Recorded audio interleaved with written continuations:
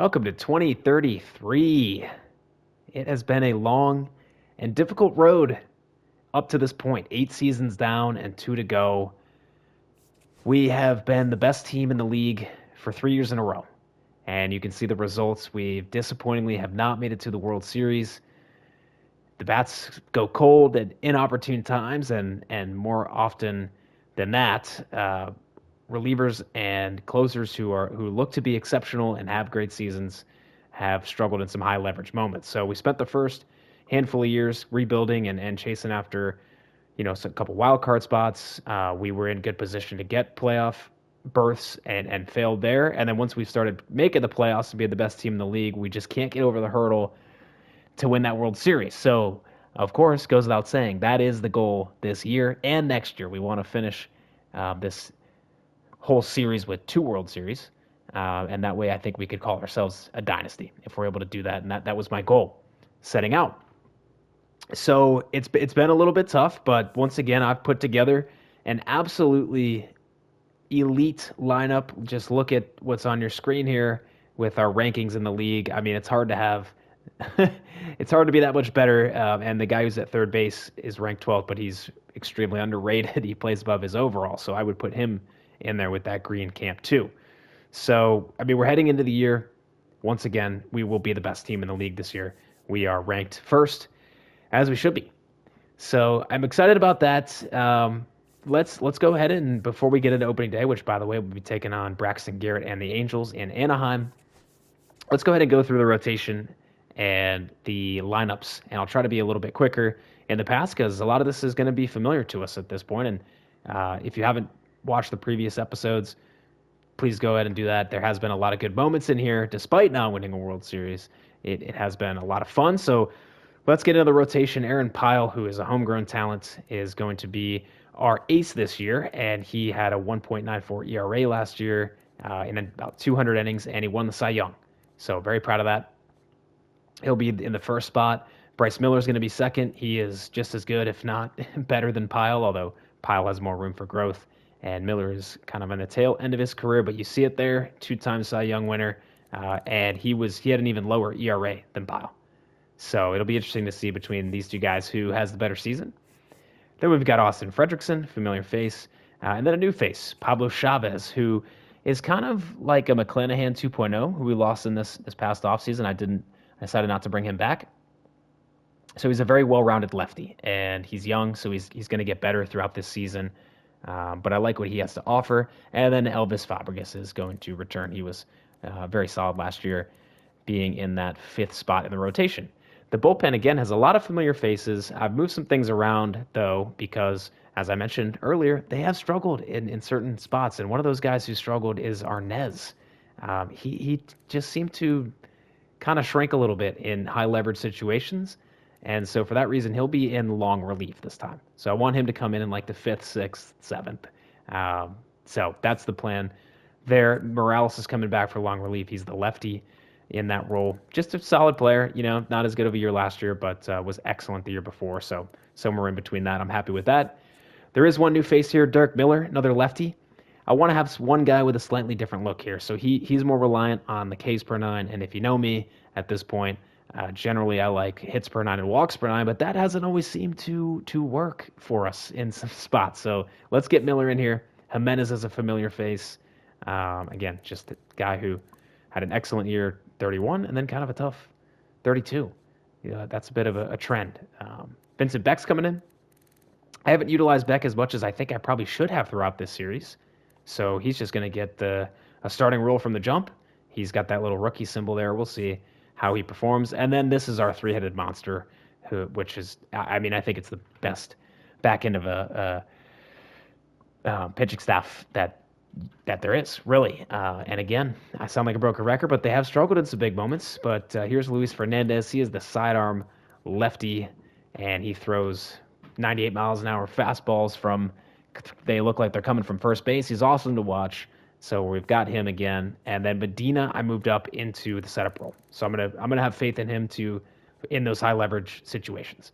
He's shown me that he can do that, so he'll be there. And then of course Clase is back. Last year of his deal, he did regress a little bit last year, but gave us an excellent year.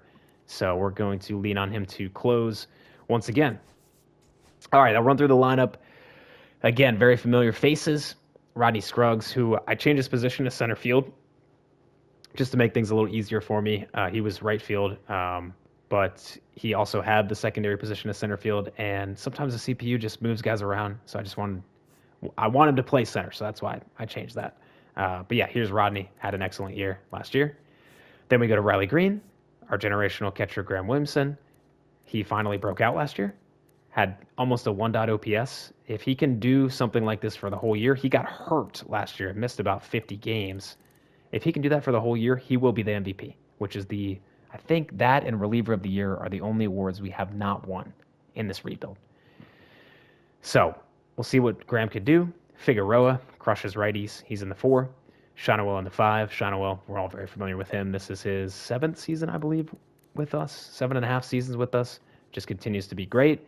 John Wise is going to DH. Samuel is going to play right. Sal Stewart we brought in the offseason. Him and Keith are going to split time at second. Keith excels against lefties. And then Sal Stewart is just that little bit better against righties and plays a little bit better defense. So we'll just kind of let them go back and forth. And then the other guy that we brought in was Marcelo Meyer. So just trying to find any way to get a little bit better. We traded for Marcelo Meyer, and he's a very good shortstop, one of the best ones in this franchise save file that I have going. So he'll be there to play short. And then versus lefties, it changes a little bit. Scruggs is still in the 1, but Keith is up in the 2. Williamson in the 3. Samuel, Shonowell, Green, Edwards, Meyer, and Gillen. I'll just spend a second on Edwards. He's been so good to us. One of my favorite players this rebuild. Just insane hitting stats. Now, unfortunately, he has started to regress very rapidly. I believe he started last year at 81 overall, and here we are at 76 overall. His hitting stats are still great, but this could be the end of the road for Xavier. So I've got other guys on the bench. I've got depth to come in if he's just tanking and there's no salvaging it. So we are going to give him the DH spot against lefties, and then Marcelo Meyer and Gillen. I think I mentioned that already.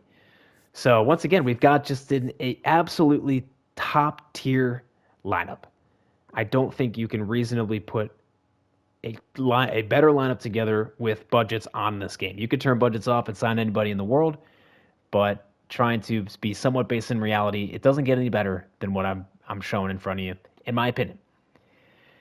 So, kind of a mixed bag of an intro there. A little bit of despair and frustration of how things have turned out, but at the same time, there is just that little bit of excitement and hope because I know that I'm fielding a great team. It's just a matter of can we do it in the playoffs. But that's a little ways from today, so let's get things started with opening day. And we're going to get to see Pyle here, first time on opening day, as we take on the Angels and Braxton Garrett. We're going to be going to Anaheim. So I hope you'll join me over there as we get 28-33 underway. Let's go to opening day. Rays, Angels. It is opening day in Anaheim. We've got a great matchup today. On the mound for the Angels will be Braxton Garrett, the left-hander. The Rays, as we take a look at the lineup, are star-studded top to bottom. Much younger and does not have the same experience as Williamson, but he's going to ground that to short, over to first in time. So a lot of action for the shortstop. The Rays are down without a run in the first. And we'll get our first look at Aaron Pyle for opening day, rocking the mohawk. Pyle was the Cy Young winner last year. There you see his numbers, 20-5 record, 199 innings, a 1.94 ERA, and a stellar .9 whip. I was going to send that one deep into right field. That's back to the track and to the wall, and that's out of here.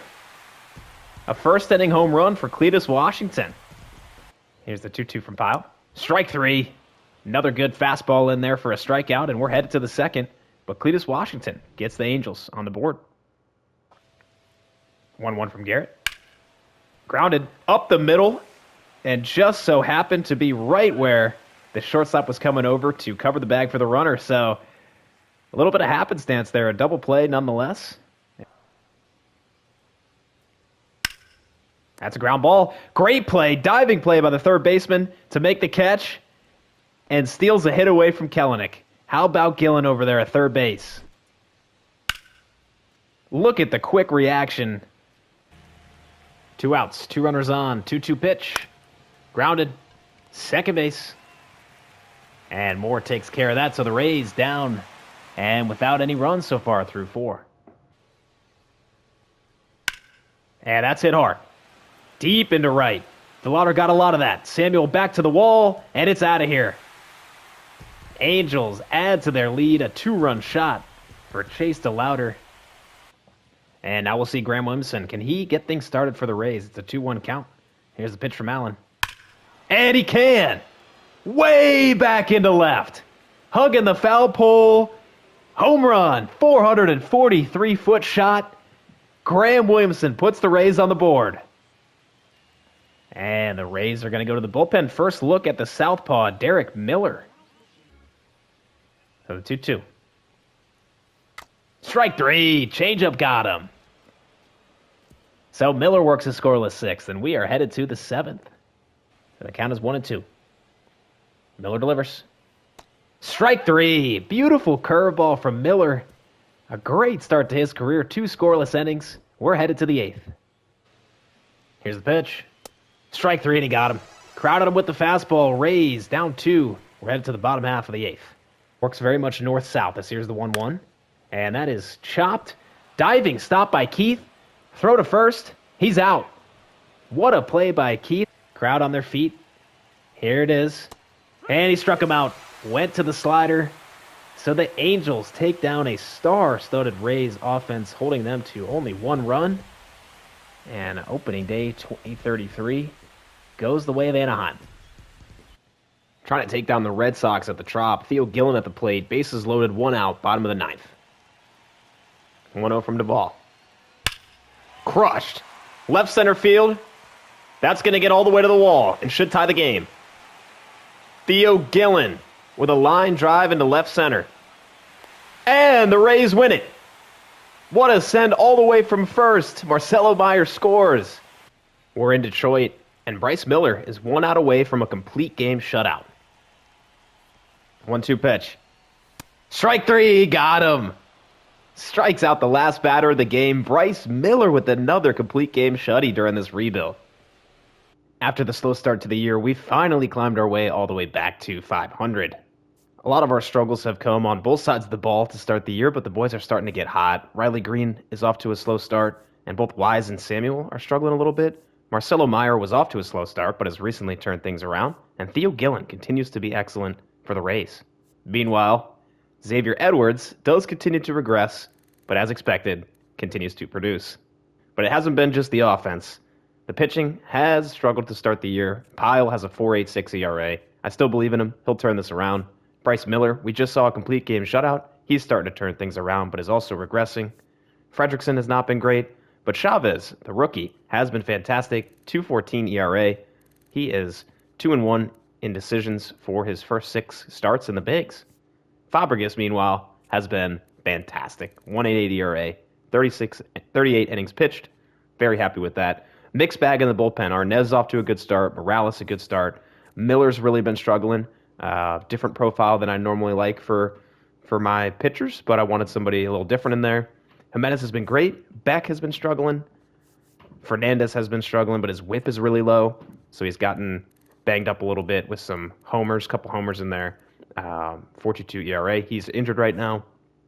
Medina's been great, and then Clase has been fantastic. He has blown 1 save, but his ERA is in a really good spot. Whip is a little higher than the ERA, so we'll have to keep an eye on it.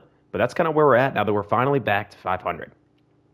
Let's see if Clase can close out Boston. Rays up by 1, 2 outs, bottom of the 14th. Here's the 0-2. Ground ball, softly to second base.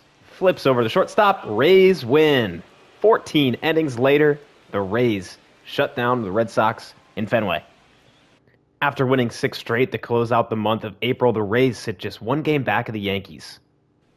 Rays are blowing out the White Sox, but Williamson has homered twice today. Let's see if he can make it 3. Count is now 3-0 to Williamson. And that's ball 4. Williamson does not get a good pitch to hit, so he'll take his walk. As the Rays continue to pour it on here, this has been the most dominant game so far. And Sam Stewart with the grand slam. The score is now 21-2 after the Rays put up 7 in the ninth. And it doesn't look like they're done yet. No, that's it. A crazy ninth inning, and now Mario Jimenez looking to shut this one down. And he does. So the Rays defeat the White Sox 21-2 in the most dominant victory of the year. Graham Williamson, however, is off to a fantastic start.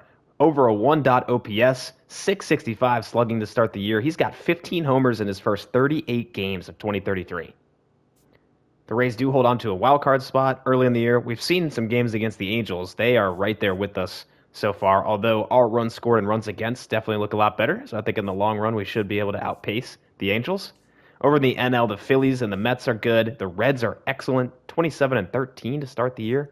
And the Diamondbacks and the Giants, as well as the Dodgers and the Rockies, 3 teams are all going at it over here in the National League West. Over on the scouting side, Robert Lakdawala has jumped up the board. First baseman with awesome hitting stats. Look at that contact and power. And his vision and discipline is above average as well. If I can keep this guy on the board up until our pick, he's probably going to be the guy I go with. Junior Caminero has been acquired by the Tigers. Junior had a few really good seasons with the Athletics. 814 OPS, 779, 765. He's really started to figure things out, but he is headed over to Detroit. After another decent stretch of games, we have finally taken the division lead from the Yankees, Rays 31-23. Right fielder Chris Samuel fractured his shin and will miss 2 to 3 months. You can see he's had a decent season. He's definitely got a little bit higher ceiling, but he is a key piece of the team, despite not being one of the first few names that might come to mind when you think about a roster. And while he's down, I'm going to bring Steven Figueroa in to face lefties and play third, move Gillen over to right, and then we're just going to bring Gillen in to hit against righties. Now this is what we love to see. For the first time this rebuild, generational catcher Graham Williamson is in pole position for the MVP. What a great start to the year. Hopefully he can hold on. We have not won this award yet. It's on our goals list. Let's see if Williamson can get it done. MVP frontrunner Graham Williamson is at the plate. Bases loaded, bottom 8. Rays tied with the Mariners. 2 outs. 0-2 to Williamson. And he struck him out. The Rays do end up winning this game, though, on a Sal Stewart RBI single. Aaron Pyle had a no-hitter going through 8. Let's see if Emmanuel Clase can close this game out. And Clase strikes out Mayo. So the Rays win a close one, 1-0 in Toronto. And there you see it in the box score. Aaron Pyle, 8 innings pitched, no hits. I'm guessing his pitch count got a little too high, and they had to take him out. But Clase comes in, gets the save, Rays win. And with that last win, we're now 5 games up in the division, really starting to pull away, 42-24. Earlier in the scouting process, our Discovery Scout found what looks to be the best closer in the class. Let's see if he ends up being as good as he looks. Unfortunately, Figueroa is going to join Chris Samuel on the injured list. He's going to be out 1 to 2 months with a broken leg. I think our best bet in the meantime is to fill in Colt Keith at third base, as well as move Sal Stewart in, and Stewart can play third base as well. So I think that's our best bet. We're trying to work around a couple injuries here, and since those guys are going to be down a bit, I may call up somebody else to be on the bench. I think our best bet is to bring up Rondell Blanton. He's not had a great year in AAA, but just to fill in for a little while, I want to add him to the 40-man, and he also has all 3 of his options left. So when the time comes that the boys are off the injured list, it'll be easy to send Rondell back down to the minors. Our guy Xavier is really, really starting to regress. I don't know how much longer he can hang on here. 749 OPS. Gonna just see if he can hang on. Otherwise, we're gonna have to go find another option. Nice to see the rotation starting to settle in. Aaron Pyle has really turned things around, down to a 3.48 ERA. Bryce Miller continues to be pretty solid, but he is also regressing. So I'm a little concerned that he might not have anywhere near as good as some of the years he had, but he still looks great overall. Fredrickson's been okay. Chavez has been fine. You know, he's a rookie. Would love the ERA to get under 4. And then Fabregas has been great. I mean, yeah, 3.24. So he's been solid. The pen, Arnez has been good. Morales has been good. Both our long relief guys have been great. I think it worked out well, despite Arnez being a closer. It's worked out well with him in the long relief role. Derek Miller has not figured things out. I may have to send him down. He's getting a lot of innings, and he's not exactly pitching well. I probably let him go for a little too long here. Jimenez has been good. Beck has been good. Fernandez is having probably the best year of his career, which is fantastic to see. Medina as well has been lethal. And then Class A, despite some regression, he's 23-2 for saves, 0.93 ERA. So things have really come around. I mean, it was a risk going with these same bullpen arms after some of the struggles we've had. But they're pitching very well besides Miller. Let me see what I want to do about him. So for Miller, I'm going to give Bobby Arrington a try. He's been good in AAA, has incredible walks per nine, 86 there. So we've still got plenty of room on the 40-man. Let's bring Bobby Arrington up to the MLB, and let's send Derek Miller down to work on some things. I'm going to slot Arrington right in there to middle relief, and we'll see how he does. Check out this box score versus the Astros. Look at the home runs. Meyer with 2, Williamson with 4 homers. Hartman does look to be a pretty solid closer.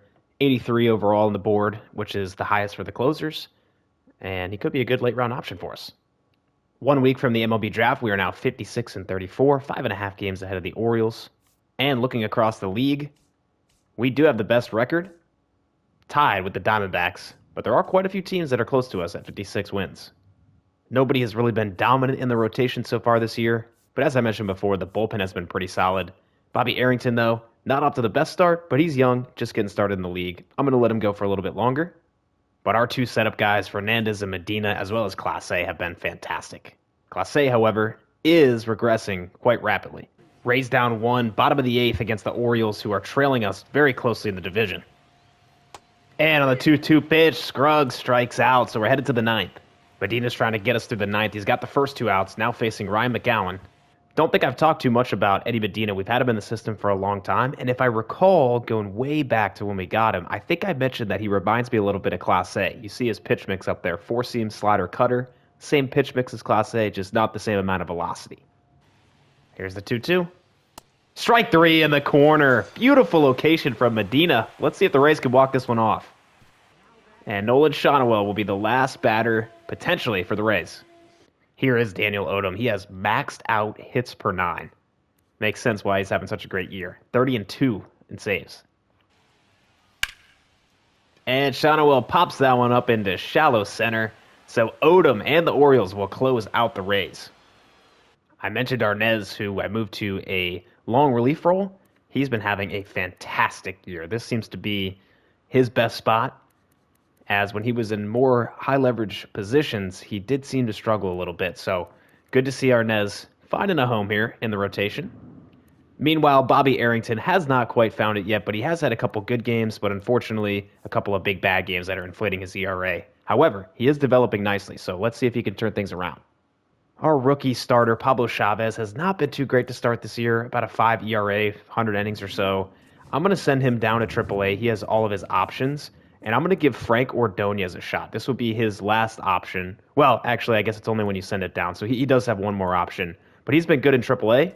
So I'm going to move him up to the MLB and see if he could do any better than Chavez. But we've got a lot of guys here that are interchangeable. So let's just let Chavez continue to improve down in the minors, and we'll give Ordonez a shot.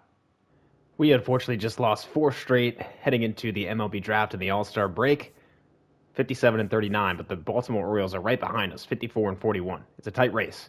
All right, heading into the MLB draft. Plan here is generally going to be to take the best player available on the board. I'll run you through some of the top guys. At this point in our rebuild, these guys really aren't going to play, so I just want high potential, valuable guys that I could trade. It's very unlikely that anybody's going to make the roster. But the number 1 guy on our board is an 18-year-old pitcher, Reynaldo Mitre, and there's a chance that we could get him just because of how much he rose up the board, but it's kind of unlikely.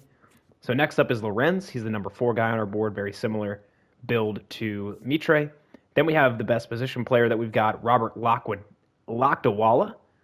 He moved up the board a ton. Looks like the best bat in the class. I doubt that we would get him with a 26th pick, but if we can, that would probably be my choice because he actually may have a chance to play if he comes in at the higher end of his range.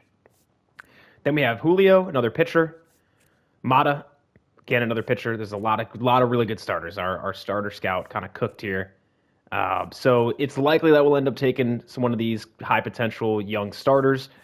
And then down towards the middle of the draft, we've got a bunch more starters for some of like our picks between 30 and 60. A lot of guys who rose up the board that we have a good chance of getting. Good example here would be O'Hara.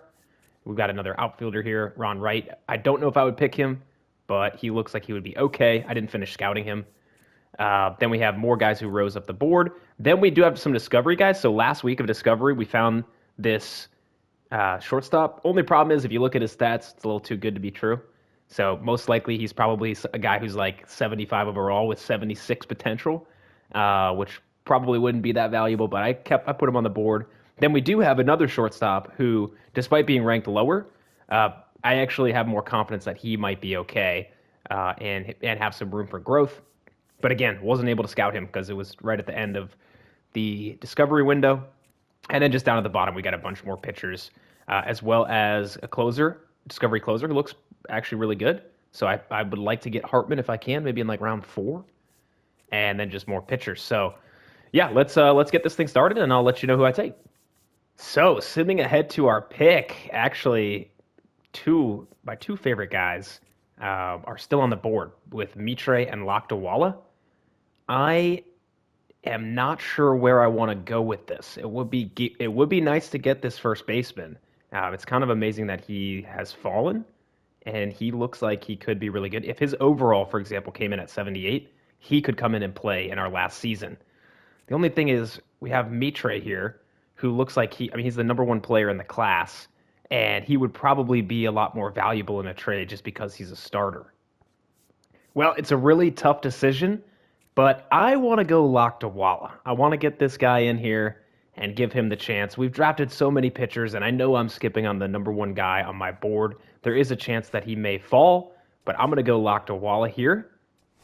And it looks like Reynaldo Mitra went 2 picks after us. Now, the reason why I felt comfortable going with the position player is I had a good feeling that Alfonso would fall to us, and he's the number 12th ranked guy, lefty, 18-year-old pitcher. Most likely going to go with him. Okay, I am going to go with Alfonso here in this spot. With the 63rd pick, I'm going to go with starter Ryan O'Hara, 18 years old, rose up the board. Feel pretty good about O'Hara. With our 77th pick, I'm going to go with our discovery closer, Brett Hartman. I do really want to get this guy in here. I think he could have a chance to play next year, and he's just the guy that I want the most. These two starters between Cabrera and Tierney are who I contemplated next, but I think there's a chance at least one of them falls to the next round. Okay, and with our 103rd pick, Nino Cabrera did fall down the board. So pretty high potential 18-year-old starter. Let's go ahead and go with Nino Cabrera here. And now with our 133rd pick, I'm going to go with David Driver. He is the best guy left on our board. I don't like the way his stats line up with the low hits per nine and the low walks per nine, but if he ends up coming in with B or high B potential, he'll be a good trade piece. So we're going to go with David Driver.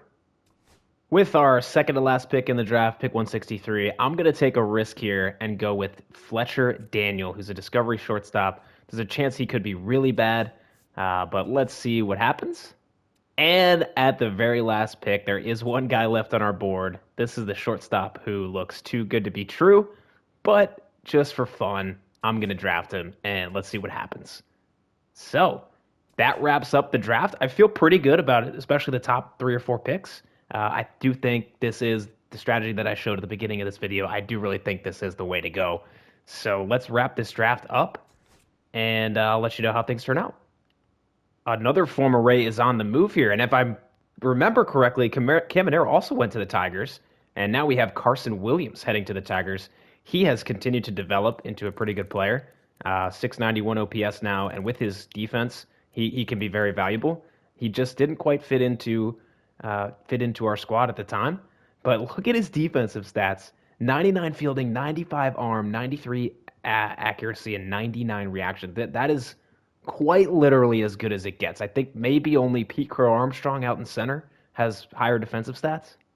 So after a bit of a skid here, heading into the All-Star game, we do win our first 2 games against Milwaukee coming out of the All-Star break.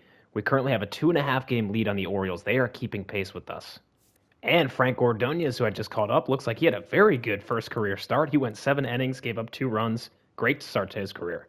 Bobby Arrington, however, who I brought up in relief, has not been as good. 5.4 ERA through 13 innings pitched.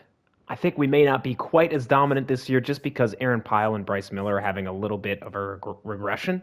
Pyle's not having as good of a year. I mean, his stats continue to develop, but I'm surprised that his ERA is almost 4, considering he was a Cy Young winner last year. We'll see where this goes from here. And additionally, Bryce Miller, who is really starting to regress. He's still giving us, good numbers, but not anywhere near what he had been, especially the last 2 years. I do feel like on the offensive side of the ball, we're starting to turn some things around here. Rodney Scruggs, although he has some serious regression on his power versus lefties, the contact vision and discipline and clutch are still excellent. He's got a 7.74 OPS this year. Definitely nowhere near as good as he was, especially last year, but still playing okay. Meanwhile, Riley Green is also experiencing some regression. Power versus left down 8, but he is still very consistent on the lower end of what he's capable of producing. But hopefully this is just a bit of a temporary slide, although I am concerned that he may be starting to regress here for good. But in extremely positive news, Graham Williamson is having an awesome year. He's batting .301, getting on base .378, and his slugging is a career high. So his OPS is at .969. We're finally getting to see, knock on wood, if he doesn't get hurt, what it would have been like if he played a full season back in 2032 when he did get hurt. And also, if you look, he has reached 99 overall. Look at how those hitting stats have rounded out. The defense is elite. So cool, and also lucky that we ended up getting Williamson on our team way back in episode 2 of this rebuild. Nolan Shonowell also experiencing some aggression at this point, but continues to produce. And our big offseason move, Marcelo Myers, having a decent year at the plate, but with his flexibility in the field and good defense, he's still valuable even if he's not hitting 800 OPS. And last guy here, Xavier Edwards. Unfortunately, the regression has really hit him, a 732 OPS. This is going to be Edwards' last year. We are definitely missing Chris Samuel and Steven Figueroa. They're only a few weeks away from returning, but it's going to be great once we can get these guys back in the team.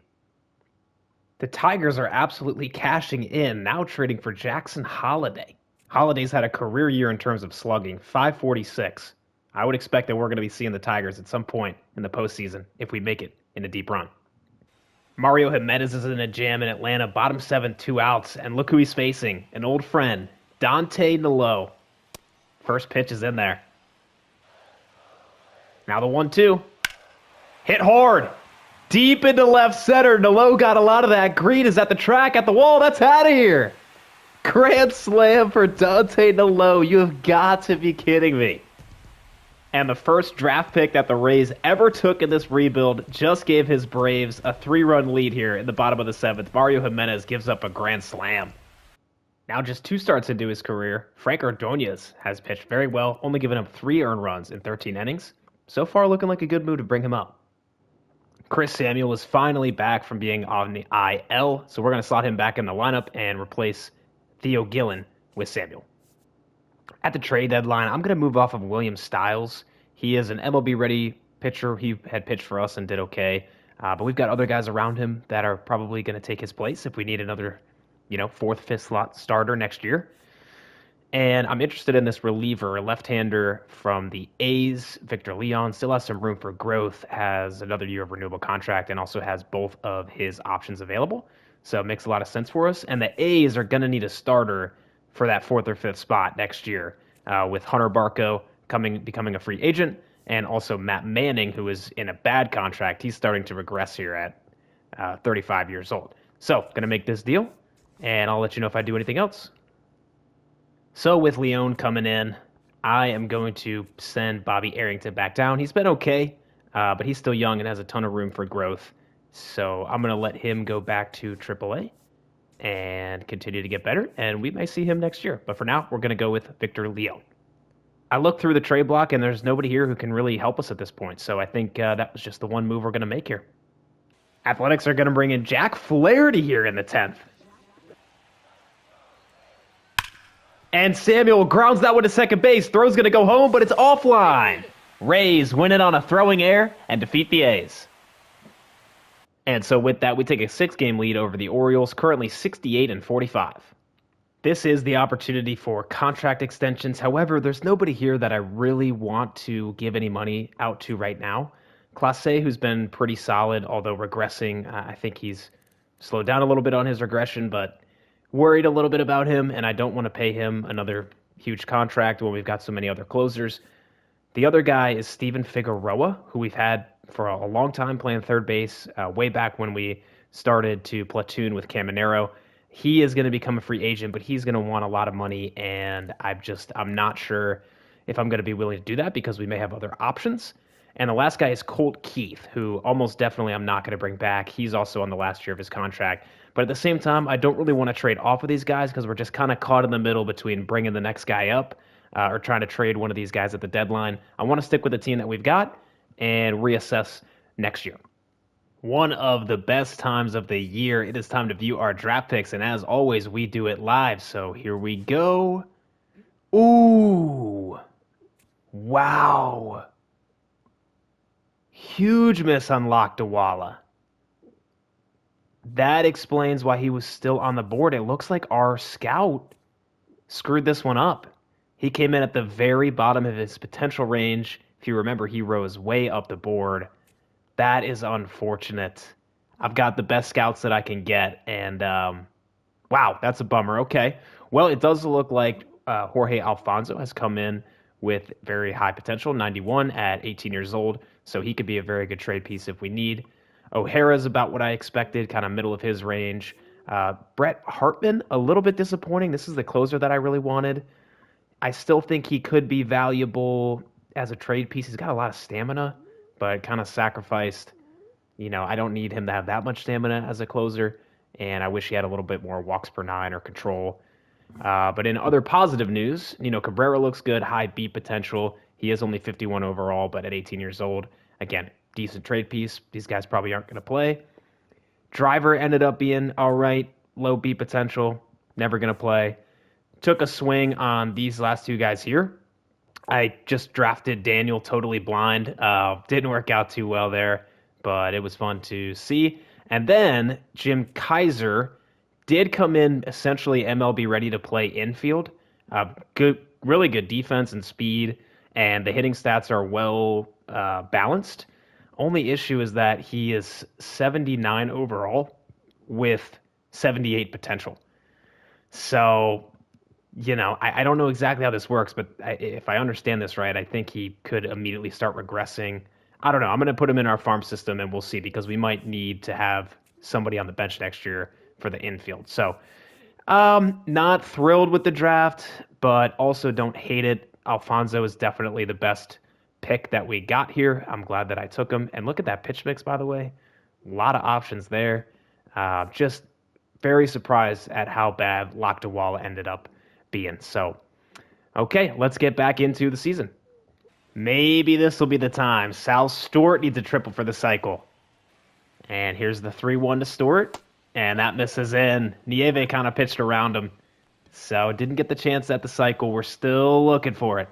Clase's in to close this game out. And he goes 3 up, 3 down. So we do end up defeating the Diamondbacks 13-12. Figueroa is finally back from his long stint on the IL. So we're going to send back down Rondell Blanton.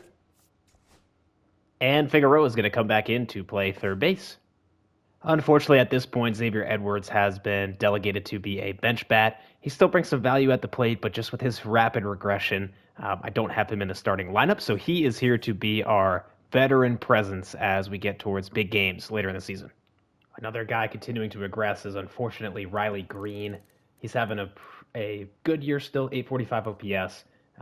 But yeah, hoped he could hang on a little bit longer. I guess we'll see.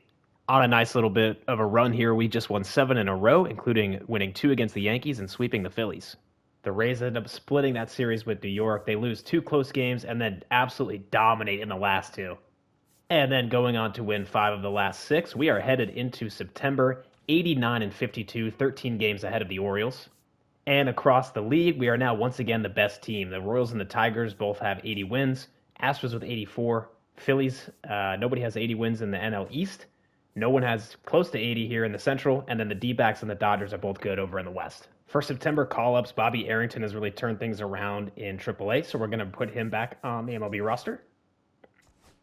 And then we're also going to bring Rondell Blanton, the center fielder, who could play all the outfield positions, back up. He's not been too good in AAA. However, with him already being on the 40-man, I think he's our best bet, and we could use a little bit of outfield flexibility and some speed.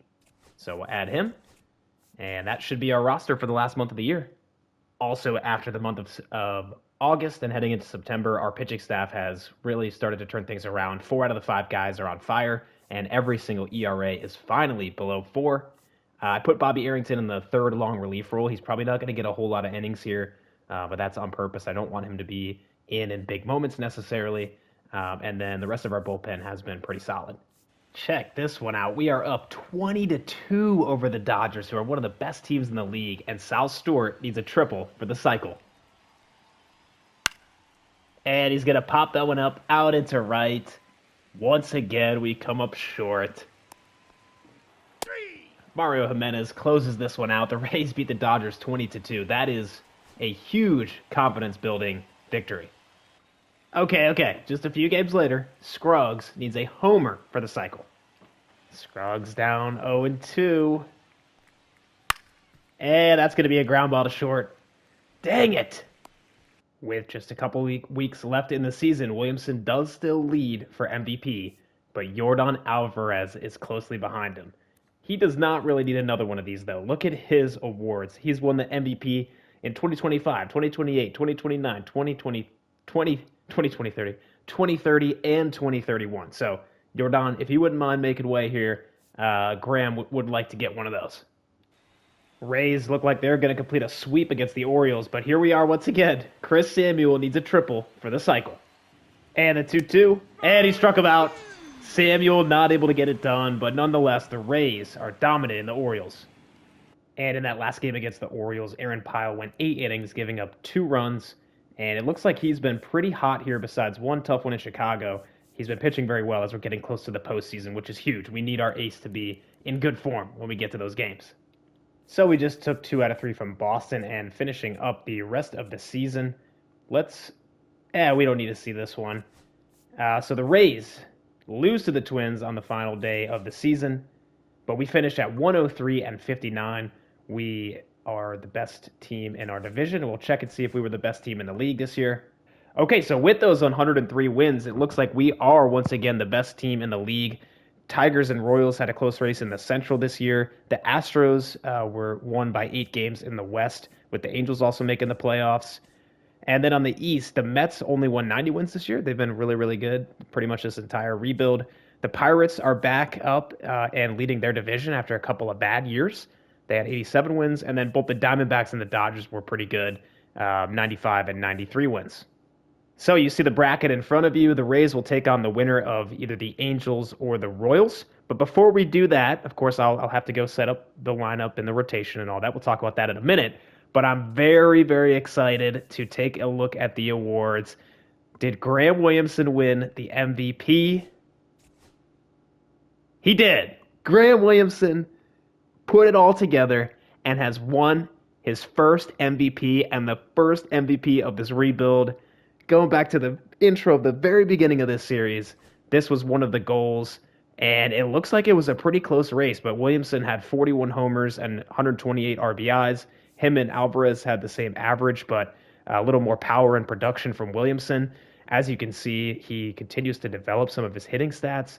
And just look at the slugging this year, 549, 365 on base. Last year, he was on pace for an even better season, but as I've mentioned, he got hurt and missed about 50 games. But yeah, this is great to see him put it all together. He had almost 9 WAR. That is just exceptional. And now, how beautiful does this look? How beautiful is this? Graham Williamson, you could argue, is the best player in the world right now. And we drafted him back in season 2. Generational talent. Just look at this. He's got that MVP, and I didn't even notice this in the bottom right. He was also the home run champion. He is a 6-time consecutive Silver Slugger, 2-time Gold Glove winner. He's been to 4 All-Stars. Just a hell of a career for Graham Williamson.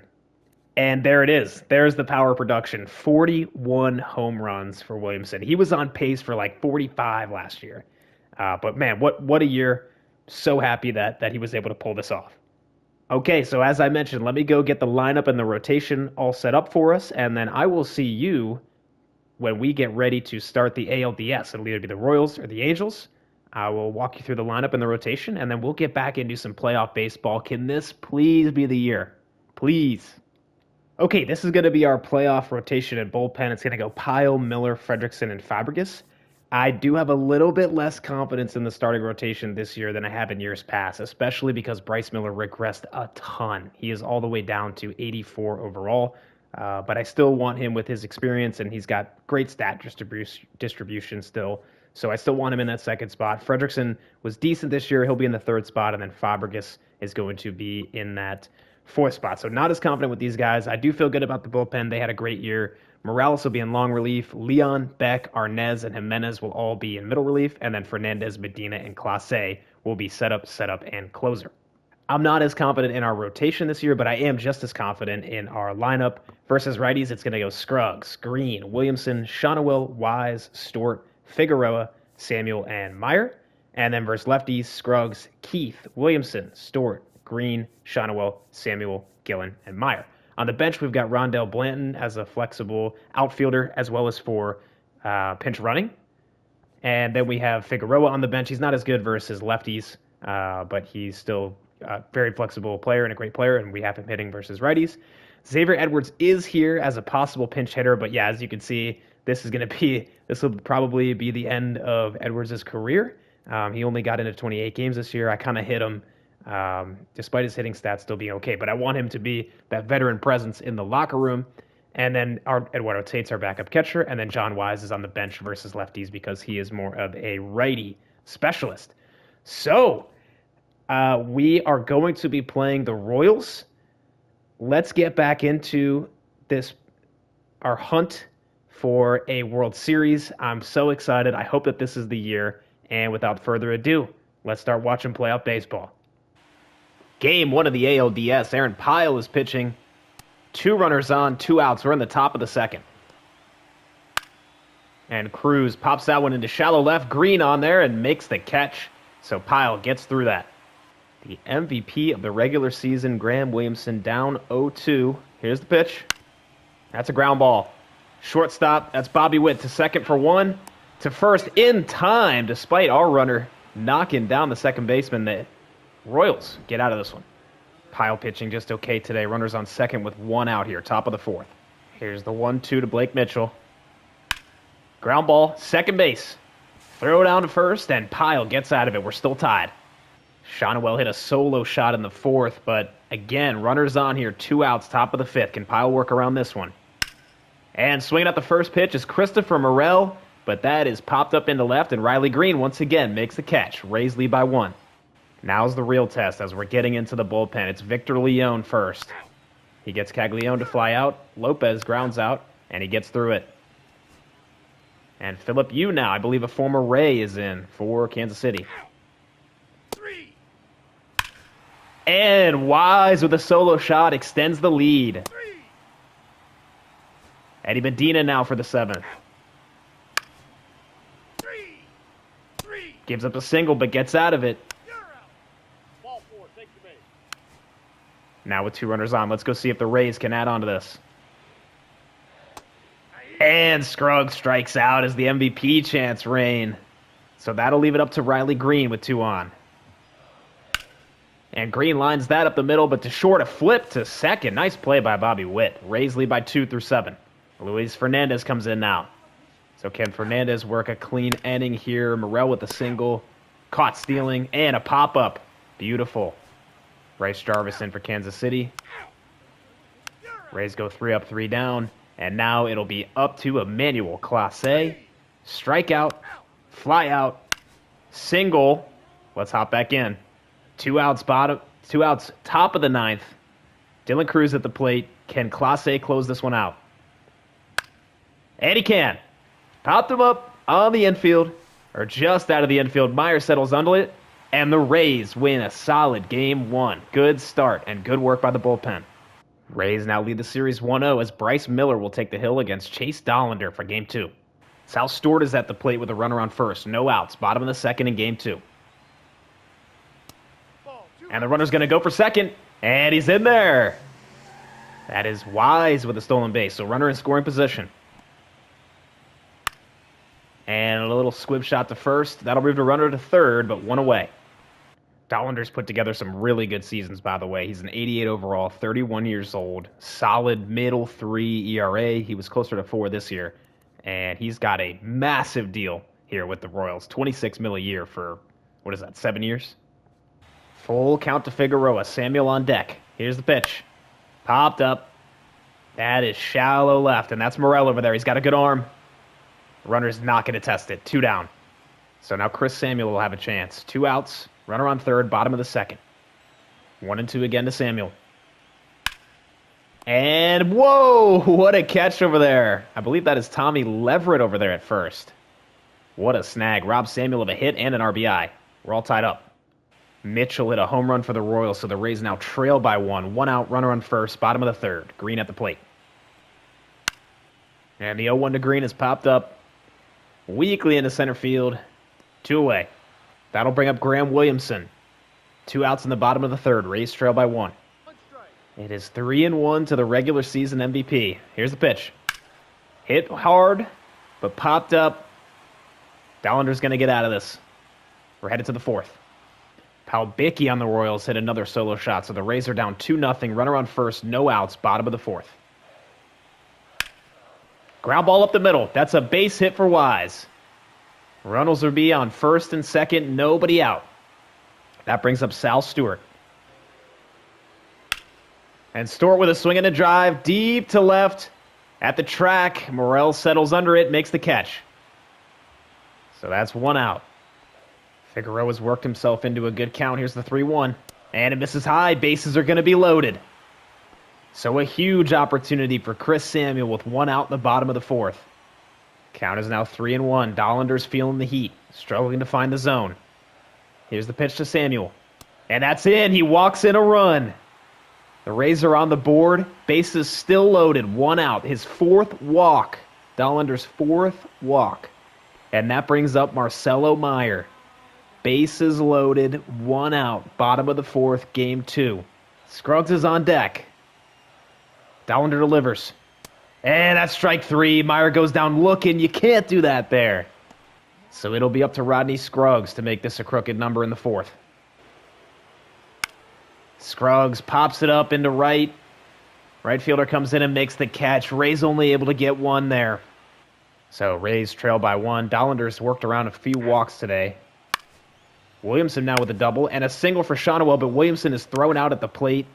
And once again, Dollander gets out of it. Bryce Miller's in here still, having a pretty good game. Walks Caglione, but gets out of that. And now we're going to go to the bullpen. Former Ray, Ronnie Henriquez. Stewart with a leadoff double.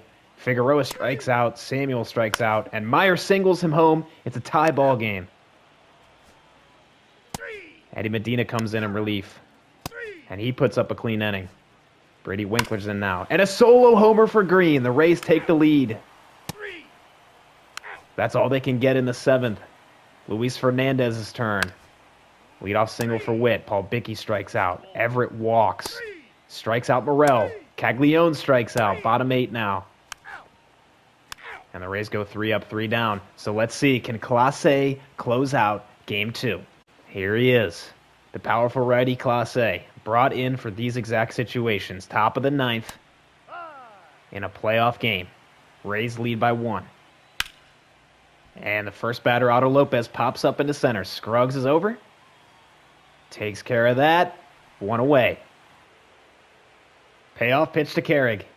Strike 3. He got him. 2 down. So Blake Mitchell, who homered today, steps in. Full count to Mitchell. Clase trying to close out Game 2. And that's hit up the middle for a base hit. Royals will get a base runner in the top of the 9th with 2 outs. Crowd is on their feet at the Trop. Clase 1 strike away. Here's the pitch to Cruz. Strike 3, and he got him! Clase! Rays lead 2-0.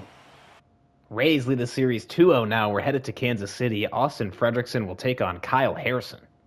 Harrison had a very good year, a 3.82 ERA, left-hander, 31 years old, $26 million a year. Rainy in Kansas City, and right away, Fredrickson's in a tough spot. 1 out, 2 runners on, bottom of the first. 2-2 to Morel. Strike 3, he got him. Caglione down 0-2. The pitch from Fredrickson. Popped up. Shallow left. Green is in on it and makes the catch through the rain. Fredrickson gets through it. Rays looking to get on the board. Colt Keith with 2 runners on, 2 outs. Top of the third. We're all tied in game 3. 2-2 to Keith. Ground ball. That's through the hole. That's going to play to run. Keith gives the Rays an early 1-0 lead. 6-time Silver Slugger Williamson at the plate. Harrison delivers. And he struck him out. Big K from Harrison, but the Rays get 1. Caglione ties up the game with an RBI single. Trying to keep this game tied. Bobby Witt at the plate. Fredrickson trying to get through 4. 2 outs. And Witt absolutely smokes that. A no-doubter way out of here to left. Superstars being superstars. The Royals take a 2-run lead on a bomb by Witt. Count is full. Fredrickson trying to get out of this. And he walked him. That's going to bring up Tommy Leverett, one of the Royals' best hitters. And the Rays are going to go to the bullpen. So here comes Yusniel Morales to try to stop the bleeding. Ground ball. Shortstop. And they go to second. So Fredrickson gives up 2. The Rays trail. So Sal Stewart with an opportunity.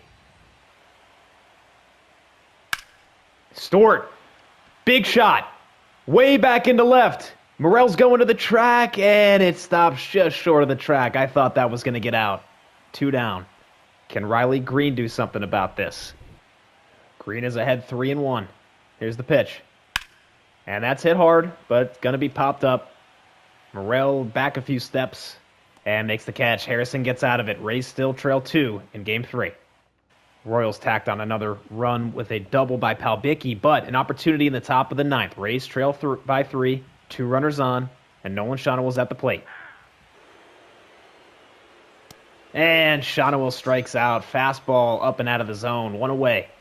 It'll be up to Chris Samuel now. The tying run is at the plate. Swing and a drive. Deep into right, but caught. Another one that fooled me. The sound of that off the bat. It sounded like that was going to go a lot further, but it's 2 down now. So Theo Gillen with the last opportunity for the Rays. Can he extend this game? And that is lined into center. Will that drop? It will not. Kansas City wins it. The series is now 2-1. Tampa Bay leads. Here's the Royals closer. He's really good. Johnny Lewis, lefty, 48-1 this year in saves. 1.59 ERA. We do not want to give this guy many save opportunities the rest of this series. Gonna send Pyle back out for game 4. This could be a deciding game. Can Pyle take down Brian May from the Royals? Kansas City has a pretty good pitching staff. Here's their starter today, Brian May, 3.60 ERA in the regular season. Very solid stats. And once again, we open up the game with some traffic. 2 on, 2 outs. Caglione at the plate. Pyle ahead 0-2 to the former Rookie of the Year, Caglione. And the pitch. Strike 3 on the outside corner. Pyle gets out of it. 2 base runners on here for Pyle. And one of them scores. Runner is thrown out. Another walk. Pyle struggling. But he gets out of it. Rays now down 1. Take your base. Out. Ball 4. Take your base. Now with 2 runners on, let's see if the Rays can play to run. 1-2 pitch. And that's grounded up the middle. That could be 2. Witt's going to do it himself. Steps on the bag. Throw to first is in time. Double play gets the Royals out of it. So back into the quick manage. Aaron Pyle in for the 3rd inning. And he manages to put up a 0. Wise with the leadoff single. And Samuel now. Rays with 2 on again. Let's see if we can do it with 2 outs. Myers quickly down 0-2. Here's the pitch from May. And that's hit hard. Out into center. But that's not going to carry. Good contact from Mayer. But the Rays still trail 1. Pyle's getting tired here. But manages to get through the 4th. Brian May back at it. A single for Green. A single for Williamson. And so with 2 on, Nolan Shonowell's back up. 1 out, top of the 5th. Rays down 1 in game 4. And here's the pitch. And he got him on the slider. May dominant at bat against Shonwell. 2 outs now. Who wants to have the big hit for the Rays? Will it be John Wise? And it will not. Popped it up over to Morrell. The Rays still scoreless. So Pyle gets 1 out here in the 5th and turns it over to Leone. And he gets out of it. And a solo homer for Stewart. The Rays tie it up. Phillip Hughes back in. Figueroa with the single. Samuel with the single now. And so again, it's Marcelo Meyer. This time in a tie game. 2 runners on, nobody out. Top of the 6th. Figueroa at second. Samuel at first. Pitch from you. And that's popped up. Meyer not able to come up big again. So with 1 down, the lineup turns over, and it'll be Rodney Scruggs with 2 on. Scruggs down in the count. 0-2 pitch. And that's a ground ball. Shortstop back behind the back from Witt. Not in time at first, but an unbelievable play by Bobby Witt. So with 2 outs, it's up to Riley Green. And Green with a line drive base hit. Rays are going to take the lead. A huge hit from Riley Green. It's 2-1 Rays. Let's see if Williamson can add on. Still 2 runners on. That's going to be a ground ball to Witt. Throws on the run over to first, so the Rays take the lead. Up 1 through 6. So now can the bullpen maintain this lead for the Rays? Leone gives up a solo shot. It's a tie ball game, but he gets out of it. Ryan Day comes in. Shonwell with a single. Wise with a single. 2-2 to Samuel. And he got him reaching. Strike 3. We're still tied. Fernandez trying to get through this. Gets Paul Bickey to fly out, and then a strikeout. So Winkler in now for the 8th. Scruggs with a double. Green strikes out. Williamson singles him home. We take the lead. Medina now for the bottom of the 8th. Leadoff double by Morrell. Pinch runner comes in. Caglione flies out. Lopez grounds out. And another ground out. So it's the top of the 9th. Bryce Jarvis. Wise walks. Stewart grounds into a double play. And now we are headed into the bottom of the 9th. The Rays are 1 out away, but that out will have to be Bobby Witt Jr. It's a full count to Witt. Clase trying to send the Rays back to the championship series. Clase delivers. Ground ball. Second base. That should do it. Throw over to first. Rays win. Rays win. Clase gets Witt to ground out, and the Rays are headed back to the championship series. So we made it through Kansas City. Close games here. 3-1, 3-2, 1-4 loss, and then a 3-2 win. So our bullpen was able to keep things pretty solid here. Knock on wood. I'm glad we got through Kansas City. They have a very good pitching staff. As do we. So we will be facing the Detroit Tigers. This is a revenge series. The Tigers made a bunch of trades. If you've been keeping track throughout this year, they really stacked up their team. This is going to be a big test for us. Let's see if we can finally get through the championship series and get to the World Series. But it all starts with Game 1. Jumping into Game 1 here, home field advantage for the Rays at the Trop. Bryce Miller pitching has not given up a hit through the first 2 innings. There's a runner on second with no outs. And that's right down the middle. That's hit hard, deep out into left, over Green's head and over the wall. That's a 2-run homer for Pappas. Detroit takes the lead in Game 1. So Miller's able to get out of that. And now the Rays will need to respond, but they go 3 up, 3 down. Solo homer now for the Tigers. They're up 3-1. Can the Rays respond? Sal Stewart with a leadoff double. And a double for Meyer. But that's it. So Rays down 1. Here's Carson Williams, by the way, on the Tigers. He grounds into a double play. Solo homer, though, for Wood. So the Rays are down 4-2. And Shotwell goes down on strike. So the Tigers still up 2. We're headed to the 9th. Mario Jimenez in to work the 9th. Leadoff single to Williams. Strikes out Wood. Stolen base. Caminero flies out. Hess singles, and that extends the lead. Another stolen base. So the Rays need 3 here against Bubic. That's a lot to ask for. And okay, 2 base runners on. Let's head back in. Here's the 0-1. And that's hit hard. That's going to be a base hit. Out into center field. Meyer extends this game. The Rays still have life. It's 5-3. So the Tigers back into the bullpen for Daniel Palencia. Here is Palencia. Struggled this year. 5 ERA. This is a good opportunity for Scruggs. Palencia delivers the 2-2. And that's a ground ball to third. Caminero goes the short way, and the Tigers win it. They take a 1-0 series lead. So, game 2, I gave Fabregas the start with Fredrickson struggling the last time. Let's see how he does here in his first postseason appearance. 2 walks here. Gets out of it, though. Rays are facing Larry Romero. He's had a very good postseason, but 2 walks now, so 2 runners on for Shawnewill. Here is the Tigers starter, Larry Romero, 81 overall, 3.45 ERA this year in 159 innings. And that is popped up out into right. That'll be 2 outs. And Wise strikes out. Rays don't get any runs there.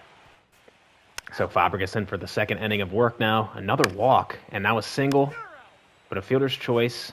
Stolen base, so runners on second and third, and a single. But the runners do not advance, and he gets out of it from the bases loaded. Stewart leads off with a single, and Figueroa is now hit by a pitch, so 2 on for Samuel.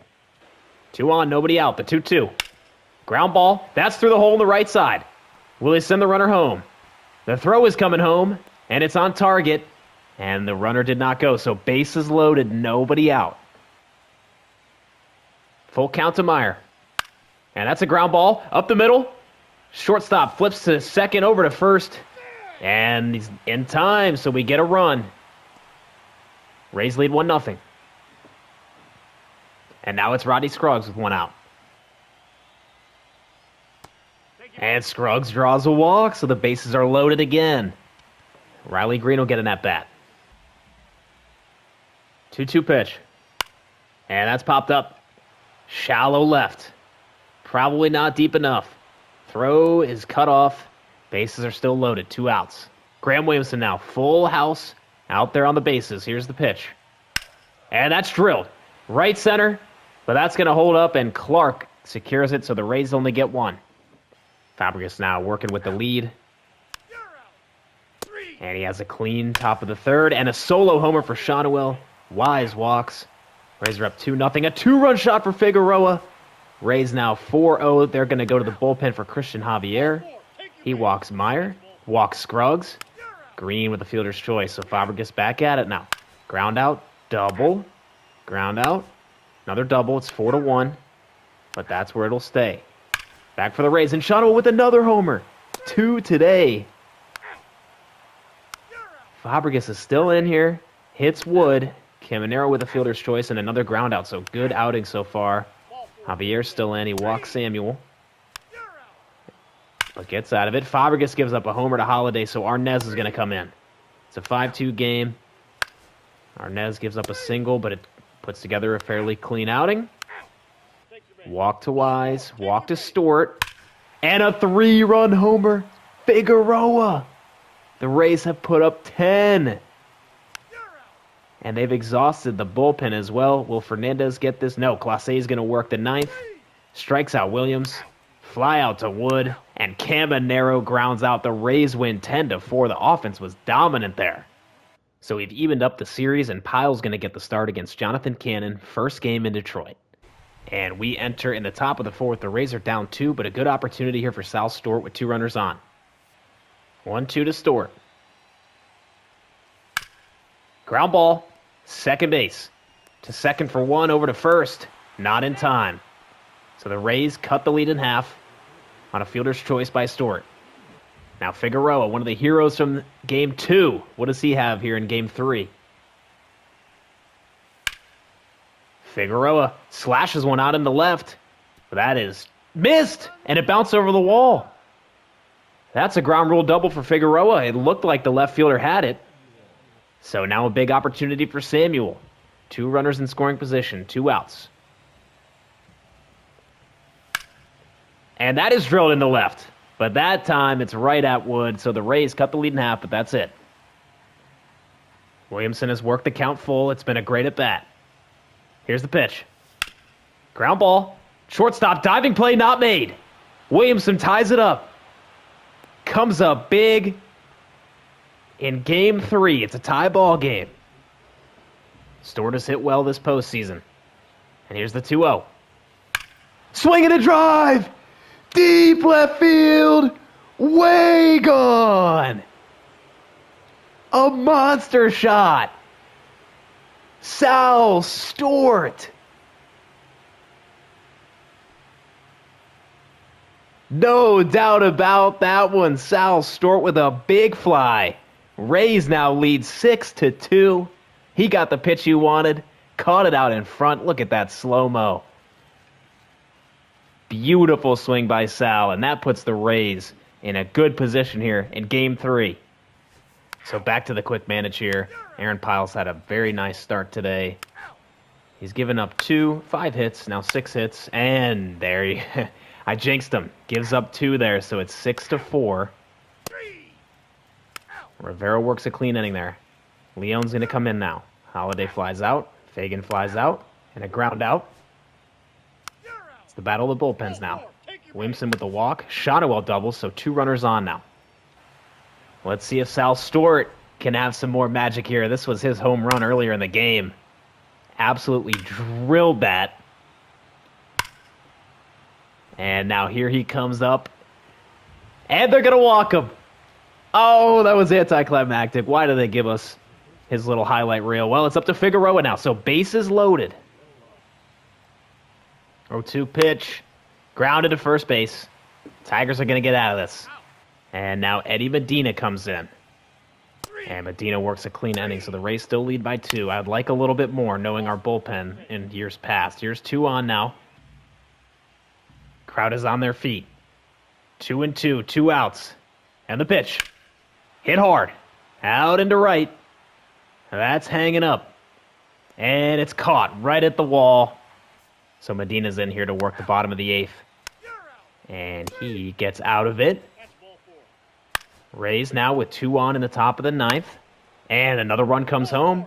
And now the bases are loaded. That's a ground ball. That's going to be fair. Gets past Caminero. That should bring home 2. The Rays have turned this into a blowout. 9-4. A single, so 2 on, but a fielder's choice. And the Rays defeat the Tigers 10-4. So the offense is starting to get hot. Pitching staying solid. Rays now lead 2-1 in the series. So Game 4, Rays lead the series 2-1. We're going to start in the quick menu here. Facing Jose Carmona, Williamson gets a single. Shotwell with a single, so 2 on now for Wise. And he singles 1 home.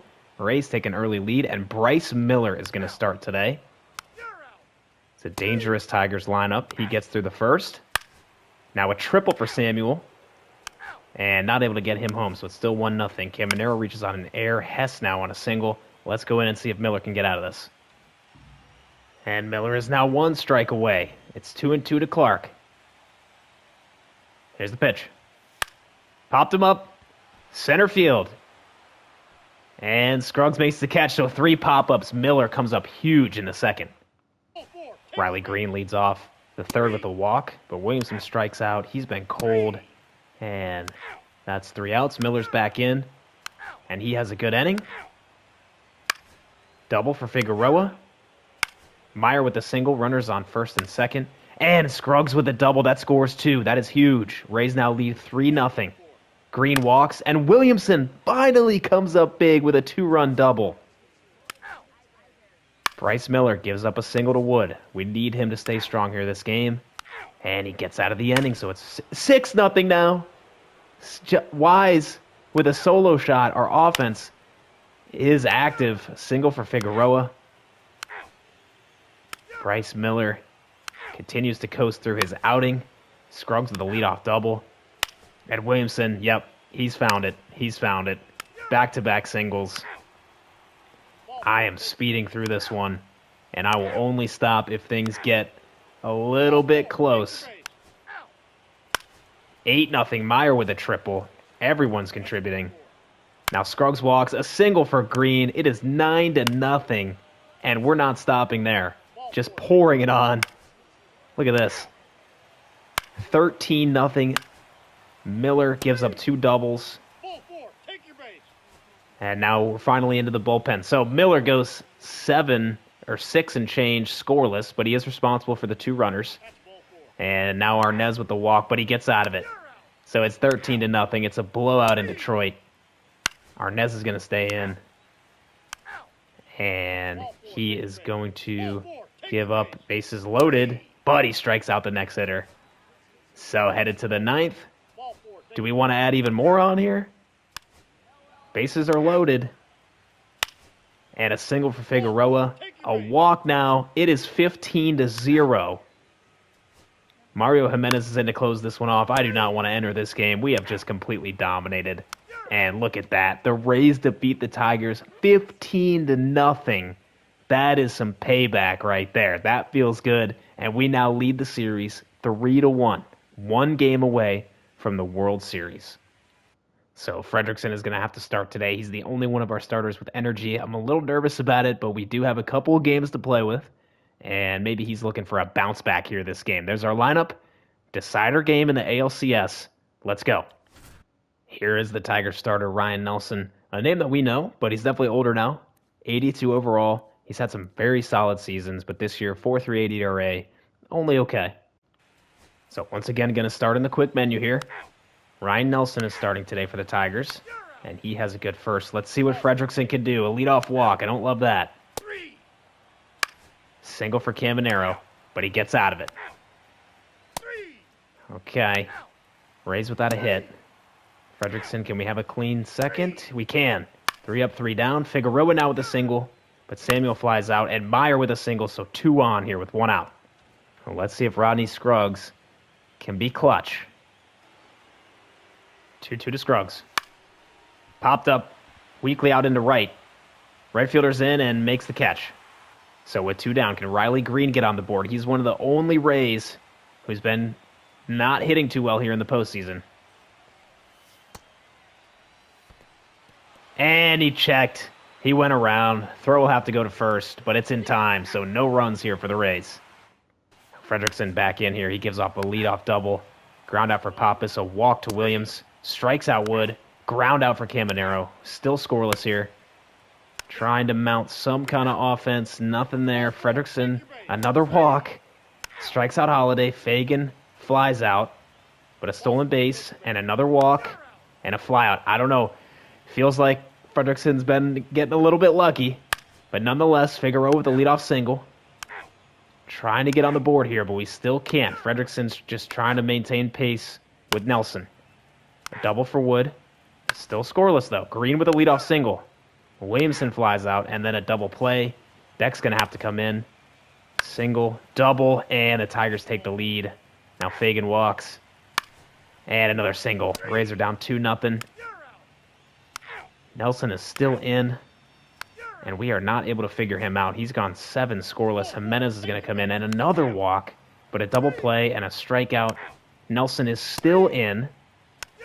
Right now he has an 8-inning shutout going. Leon's in for us in the 8th.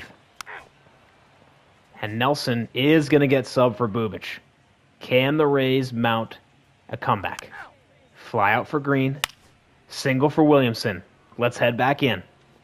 Sellout crowd is on their feet in Detroit. The count is 3-1.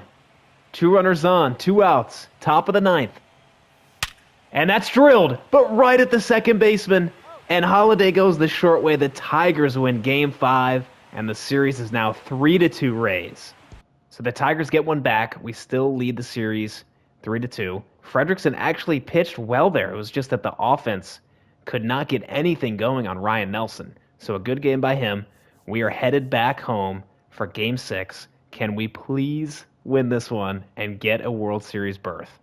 So Fabregas is going to pitch here in Game 6. And he gives up a leadoff double. Walk to Wood. But a fielder's choice, and he gets out of it. Larry Romero pitching for the Tigers. A single for Green. A walk for Williamson. Let's see if we can get something on the board here early. Crowd is chanting, "Let's go Rays." Here's the 2-2. And he struck him out. Fastball right down the middle. So the Rays don't get any. They leave the bases loaded. So Fabregas is back at it. He gives up a single. And Holiday steals another base. But he gets the next 3 guys to ground out. Figueroa with a leadoff walk. And then a double play. That ends the inning. Fabregas fighting here. So far, so good. Single for Scruggs. And a 2-run homer for Riley Green. Oh, I wish I entered for that one. But we will take it. We're up 2-0. And Shonowell singles. Wise strikes out. And a fly out, but we get 2. Now Cabanero responds with a solo homer. Strikeout, fly out, ground out. So it's 2-1. The Rays go 3 up, 3 down in the 4th. Top of the 5th. And another good inning by Fabregas. Detroit goes to their bullpen.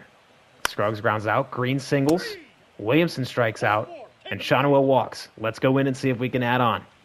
Camanero's quickly down 1-2. Can Fabregas get him this time? Here's the pitch. He got him! Perfect fastball up and in. 6 innings, 1 run by Fabregas. What a start. Can the offense give him some insurance? So Sal Stewart is going to lead off the bottom of the 6th. I really want to get some insurance here. Walk for Samuel. A walk for Meyer. All right, let's go right back in. So Scruggs is up. He's got a hit today. Would love another one right here. And a 1-2. Strike 3. Good changeup. Still 2-1. Fabregas has been efficient. He is still in now for the top of the 7th. Another single for Holiday. And now we're going to the pen. Here's Luis Fernandez, and he gets a double play. That is huge. This guy, O'Loughlin, he's pitched a lot. He's back in. Green with a double. Ground out for Williamson. And Shonowell walks. So can Sal Stewart, who's 0 for 3 today, get some runs on the board. 2-2 to Pappas. This is a huge at-bat. Medina delivers. Ground ball. Shortstop. Meyer. Throw to first. Beautiful. 3 outs away. The Rays lead by 1. I would love some insurance here.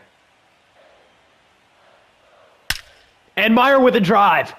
Way back into right center. That's going to be off the wall. It'll be extra bases for Meyer. Runner is coming home, and the Rays do get some insurance. A huge hit by Marcelo Meyer. The boys are fired up. Here's the 1-2. And he strikes out. So we are headed to the 9th. But Marcelo Meyer provides some insurance. And here comes Clase, the 2-time reliever of the year, trying to give the Rays their first World Series berth in this rebuild. Carson Williams will lead off. The tension is palpable. Here's the 1-2. Ground ball to first. Handled over there. 1 down. 2 outs away. That brings up James Wood. Here's Clase. Strike 3. He got him. 1 out away. And wouldn't you know it, Junior Caminero, who has the Tigers' only run, stands between the Rays and the World Series. 1 strike away. For Clase. Here's the pitch. Swing and a miss! The Rays are headed to the World Series. At last. ALCS champions. The Rays have been the best team in the league for 4 straight years. And for the first time, are headed to the World Series. I'll see you there. Phew. I wasn't sure we'd ever see the day, to be honest with you, with some of the bad luck we've got. But we are able to take down the Tigers 4-2. A couple of big wins in there, 10-4, 10-4, and then 15-0 in these 3 middle games here. And the World Series matchup is going to be a rematch for the Rays World Series in 2008, where they faced the Phillies and lost 4-1. So a little bit extra on the line here for Philly. I'm so excited. I really hope we can pull this out. I'm nervous. And Aaron Pile's going to get the Game 1 start. He's going to be facing Tanner Bybee. Let's get going. World Series Game 1 at the Trop. The Rays with the home field advantage. I'm so excited to get into this. Let's see what we've got. So Aaron Pyle is going to start Game 1. He's had a pretty solid postseason so far. The 2032 Cy Young winner looking to lead the charge today. And so with Pyle getting things underway, a triple in the first and a single. The Phillies are on the board early. Now a stolen base and a hit by pitch and a single, but the runner is thrown out, so we give up 1 there. Scruggs with a single, but then a double play, and then Williamson grounds out, pile back in for the second, a leadoff double, and then a single. We're down 2-0. And another single, 2 runners on, and a double, but the runner is thrown out again. So it's 3-0, though. 1 run did score. Oh, this is a tough start. But now we've got 2 on, runners on the corners. So the go-ahead run steps to the plate, Marcelo Meyer. And Meyer pops that up into center. Bobby's going to get out of it. We're still down 3. So top of the 4th now. Pile back in. And that's a 3 up, 3 down. Bobby's been pretty good today. He's gotten out of a couple of jams. But a 2-run homer from Meyer. The Rays are only down 1. 1-2 to Scruggs. Swing and a miss. 2 away. Riley Green! Deep into left! That is gone! Green ties it up with a solo shot. Oppo Taco. New life for the Rays in Game 1. 1-2. And gosh, tied him up there. Bad swing from Williamson, but Green ties it with the solo shot. Luis Fernandez comes on to work the 8th. 2-2 pitch. Strike 3 at the top of the zone. A clean 8th from Fernandez. Rob Spence comes in for the Phillies. Check this out. This reliever for the Phillies has a knuckleball. 59 miles per hour. And there was that knuckleball. That was absurd. And it gets Wise to pop out. Oh my gosh. And he cannot change up this time. So the Rays are out in the 8th. We're still tied. And Clase is going to come in to work the 9th. And Lantigua sends a drive. Deep into left. Green's at the wall. Climbs up, and he can't make the catch. That's out of here. A go-ahead solo shot in the 9th by Roberto Lantigua. That's popped up into right. That'll be caught. But Clase gives up 1. The Rays now trail, headed to the bottom of the 9th. Phillies closer is Cade Smith, 44-4 this year. 2-2. Swing and a miss. 1 down for Smith.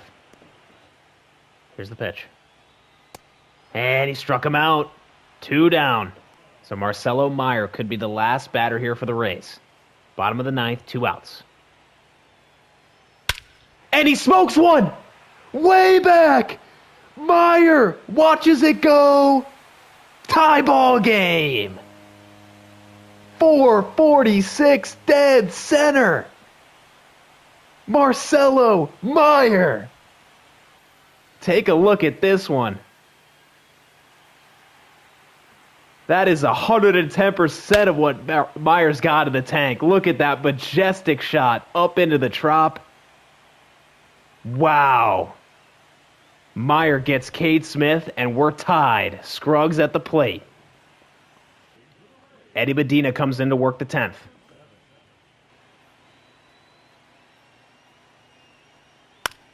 Ground ball. Up the middle. Base hit for Costa. Throw down to second on the pitch out, and they got him. Perfectly read by Williamson, and that throw is a strike down to second. Williamson cuts down the runner trying to steal. That is the gold glove defense that he provides. The MVP guns him at second. What a play. So there's 2 outs now.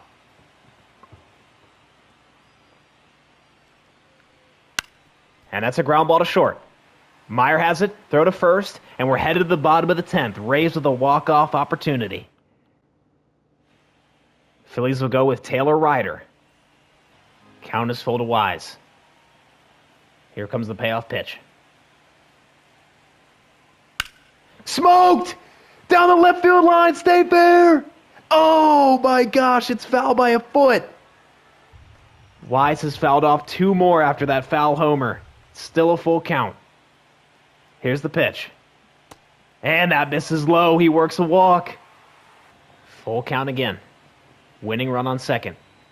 Here's the pitch. And that's grounded to third base. Throw down to first, and we are headed to the 11th. Medina's going to stay in to work the 11th.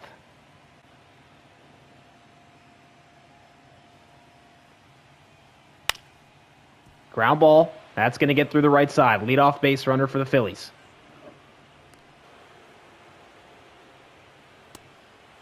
And now Medina walks Amador. 2 on for the Phillies.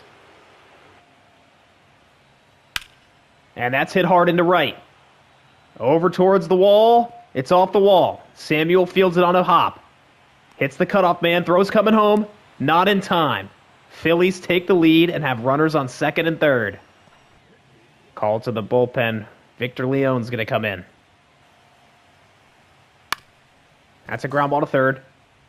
Throw down to first in time. 2 down. Intentional walk to load the bases. The Rays choose to face Brian Reynolds. Ground ball, third base. Throw to first, and we're headed to the bottom of the 11th. Robbie Berg comes in. The Rays now trail by 1, need a little bit more magic here in game 1. Figueroa with a ground ball up the middle. A leadoff base runner. That brings up Chris Samuel. And Samuel with a little bloop shot into shallow left. That's caught. 1 out. So the hero from the bottom of the 9th, Marcelo Myers, back up. Figueroa's back into first. And this time Myers strikes out, so 2 down. Now down to our final out in game 1, Rodney Scruggs. Count is full to Scruggs. Green is on deck. And he pops up weakly into left. And the Phillies take a thrilling game 1. So that was a tough loss there in game 1. But I wanted to go and take a look at the Phillies roster. I don't really know who they've got. So looking at their starters, we just faced Bybee. And then it goes to Marceau, Correa, and Corniel. I don't know if we're going to see all these guys, depending on how much time between the games. But, I mean, you compare the ratings to our pitchers, we definitely have the advantage there. As far as the relief pitchers, Cade Smith was their closer. He's regressed a lot. But, yeah, he's pretty solid. I actually looked at getting him at some point on our team, but did not decide to go that way. Then they have Spence, Borbin, Berg. Let's see here. Spence is the one with the knuckleball. This dude is nuts. I might have to get him next year just for fun in our last year. And then here's Borbin, Berg, who closed out that last game. 116 innings for Berg. He went into 100 games, so it looks like they lean very heavily on him. And then Samuel Basayo is one of their better players, a catcher. Had a great year offensively. First baseman is Ben Rice, who is on the Yankees in real life right now. Pretty solid hitter. Amador, second baseman, is one of their best, highest overalls at 87, 751 OPS. Over at third base, they have a few guys. So you have Curran. He looks like a young stud, 877 OPS. We got to watch out for him. And then Chisek, nothing too much there. Shortstop is Julio Costa. Also looks like he's really good. I mean, these are like the stats that I look for. And this guy's a utility player.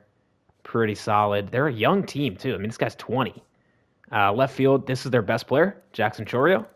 He has an 878 OPS this year. He's on a huge contract. We got some awards. So he's their best player by overall. And then we saw Brian Reynolds. He's regressed heavily, but had a really good year. A little bit of a Xavier Edwards situation.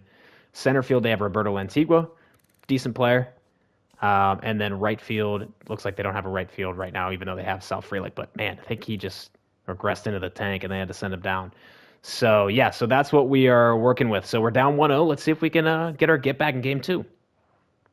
So it looks like Scruggs was injured pregame. I haven't run into this before in the playoffs, so I got to figure out. It looks like we might want to replace him and let him sit for a day or two.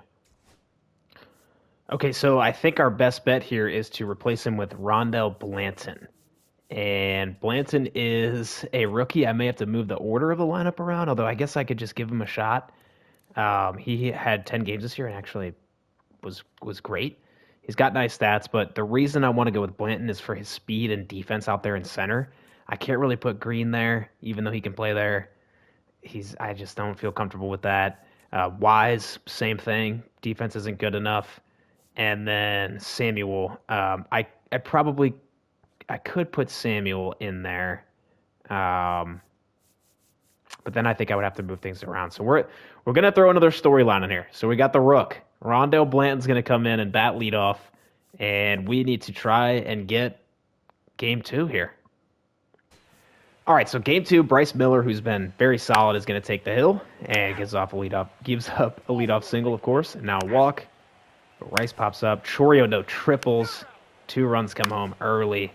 Blanton leads off with a single. Okay. Single for Williamson. All right, let's see if we can put some runs up here. And Wise is going to pop up. So we're going to be trailing 2 here through 1. See if the boys can get something going here. Meyer, 2-run shot. Gosh, this guy's unbelievable. Tie ball game. So full count now to this year's MVP. Did not do too well in the postseason so far. And that's hit hard. Out in the left center field. That is back to the wall. Off the top of the wall. Williamson, extra bases. Full count here to Shawnuel. 2 outs in the bottom of the 5th. Tie ball game. And that's smoked! Shawnuel to dead center. Gone! Almost in the tank. Wow, that was a missile. The Rays take a 4-2 lead off a Shawnuel 2-run shot.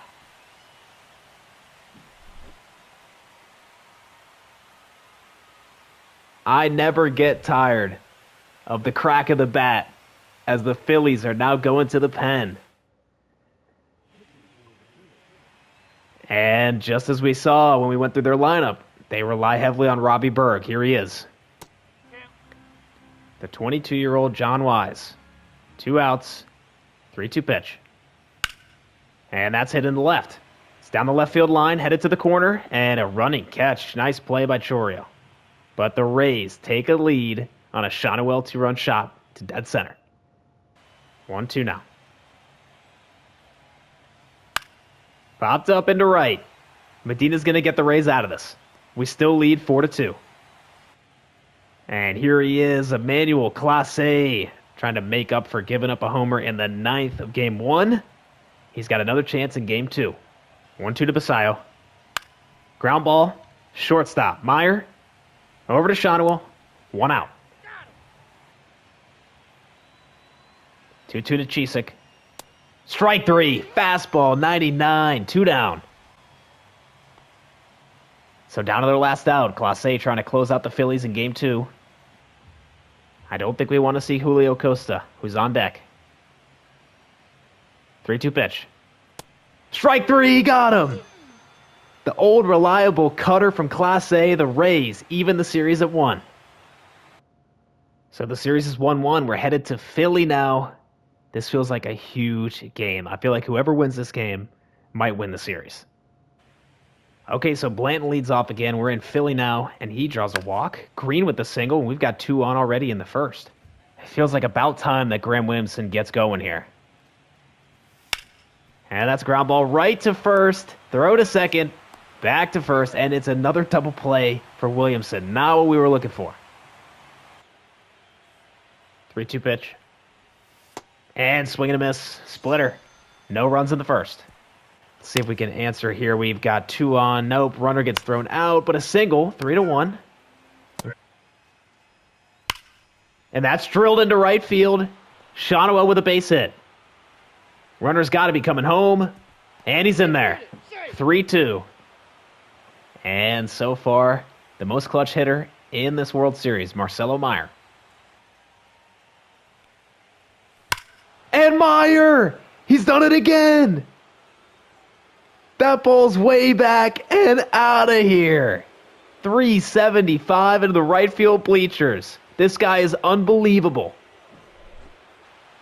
into the night sky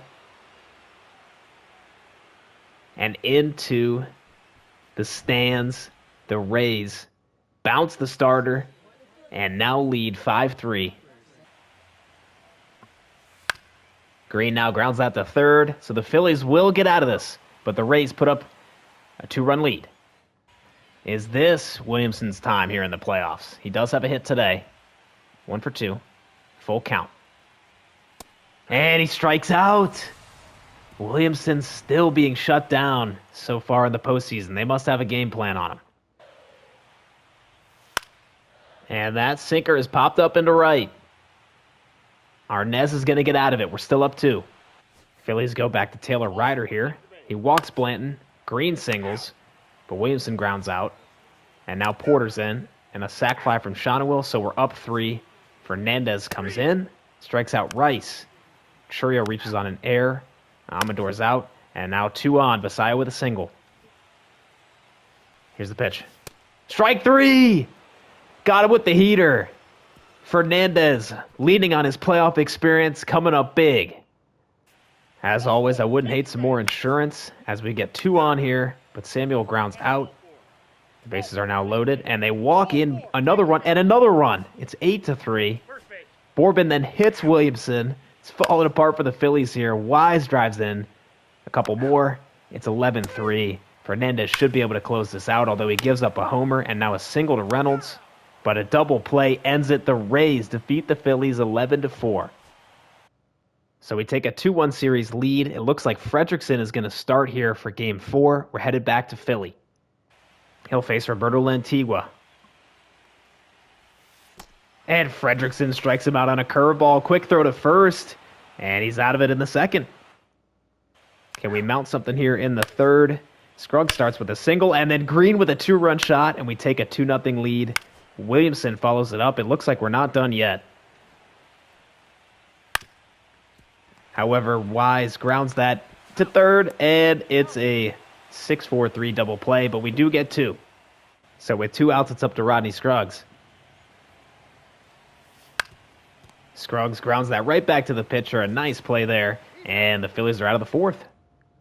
Friedrich gets 3 up, 3 down. Now another single here, and a stolen base. But a ground out, and another stolen base, and a single. They cut the lead in half, and a double. It's a tie ball game. And he gives up a double, but gets out of it. Spence gives up a homer to Williamson. No way. I went back to see if I could find a replay of it, but I don't know how I could access it. I wanted to try to see that. He's come up big for maybe the first time so far in the postseason, as now Shonowell gets a single, and then Wise with a 2-run shot. And now here's Porter. Meyer with a triple. Scruggs walks. Let's go back into this game. There's a hard ground ball into right. That's a base hit. It's an RBI, and the Rays extend the lead. Williamson might have found it here. Phillies go back to their pen, and he gets out of it right away. Vincent Beck is coming in the ninth. He gets a fly out for Chisek. Strikes out Lantigua. But Costa drills one, and it's right to short. Meyer makes the catch.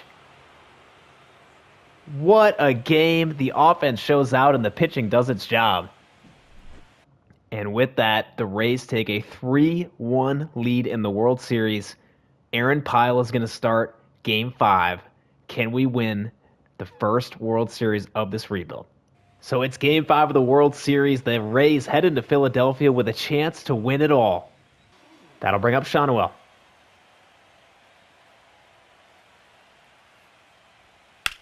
And Shonowell swings at the first pitch he sees and flies out to center. So that is 3 down in the first.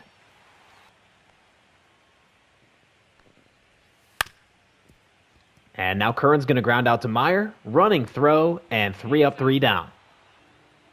Count is full to Amador. And beautiful fastball. What an inning from Pyle. We're headed to the third. Chris Samuel leads off. And Samuel connects with that one. That's going to get out of here. The Rays take the lead first in the third in Game 5. Samuel with the solo shot. Just gets that pitch away over the plate and sends it opposite field. Beautiful. And now Lantigua pops up into foul territory. And that's a third out. Full count to Stewart.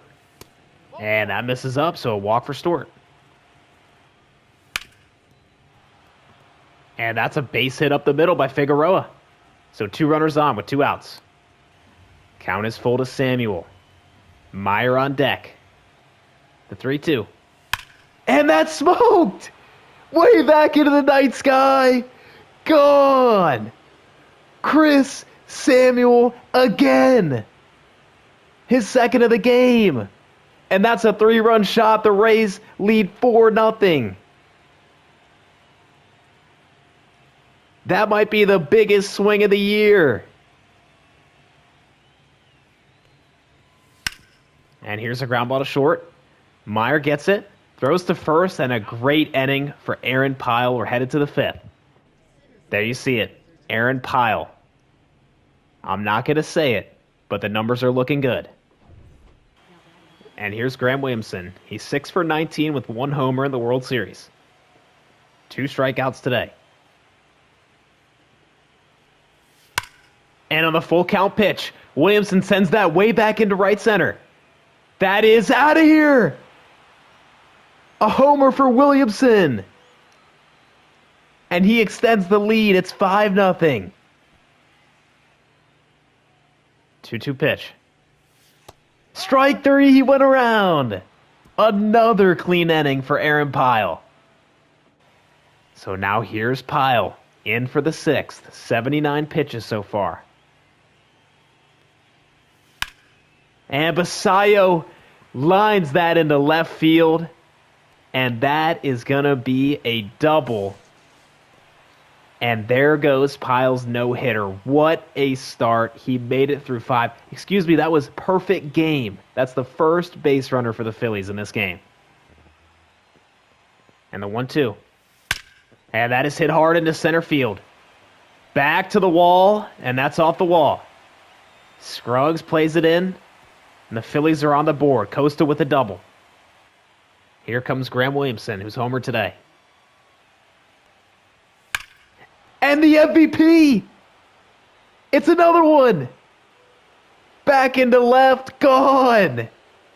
Graham Williamson with 2 homers today. The Rays now lead 8-1.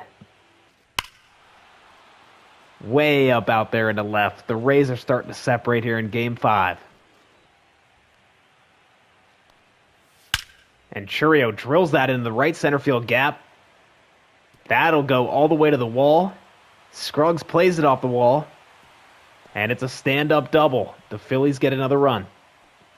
2 outs in the 7th. Basayo at the plate. And on the first pitch, Basayo pops out to Riley Green. And we're headed to the 8th. Full count. Here's the 3-2. Strike 3! We are headed to the 9th. 3 outs away. Payoff pitch to Curran. Ground ball. Second base. Throw it down to first. 1 out in the 9th. 2-2 to Rice. And that's a ground ball. Figueroa has it at third. Over to first. He's out. 1 out away. Jackson Chourio is all that stands in the way of the Rays and their World Series title. It has been a difficult road. The Rays have come close and been bounced. They've been the best team in the league. As here's the 1-2. And that misses just down. 2-2. The offense has shown up. The bullpen has been there. As here's the 2-2. And that misses high. The count is full. Full count. Big names and smaller names have contributed. The count is full to Churio. Here's the pitch from Jimenez. Strike 3! The Rays have won the World Series.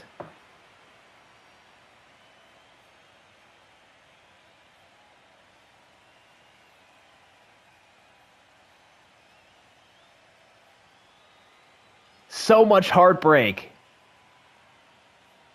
as the Phillies are defeated by the Rays, who have been on the other side of this.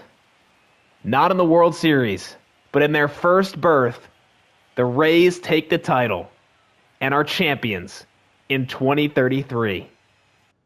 Wow. What a ride. What a ride.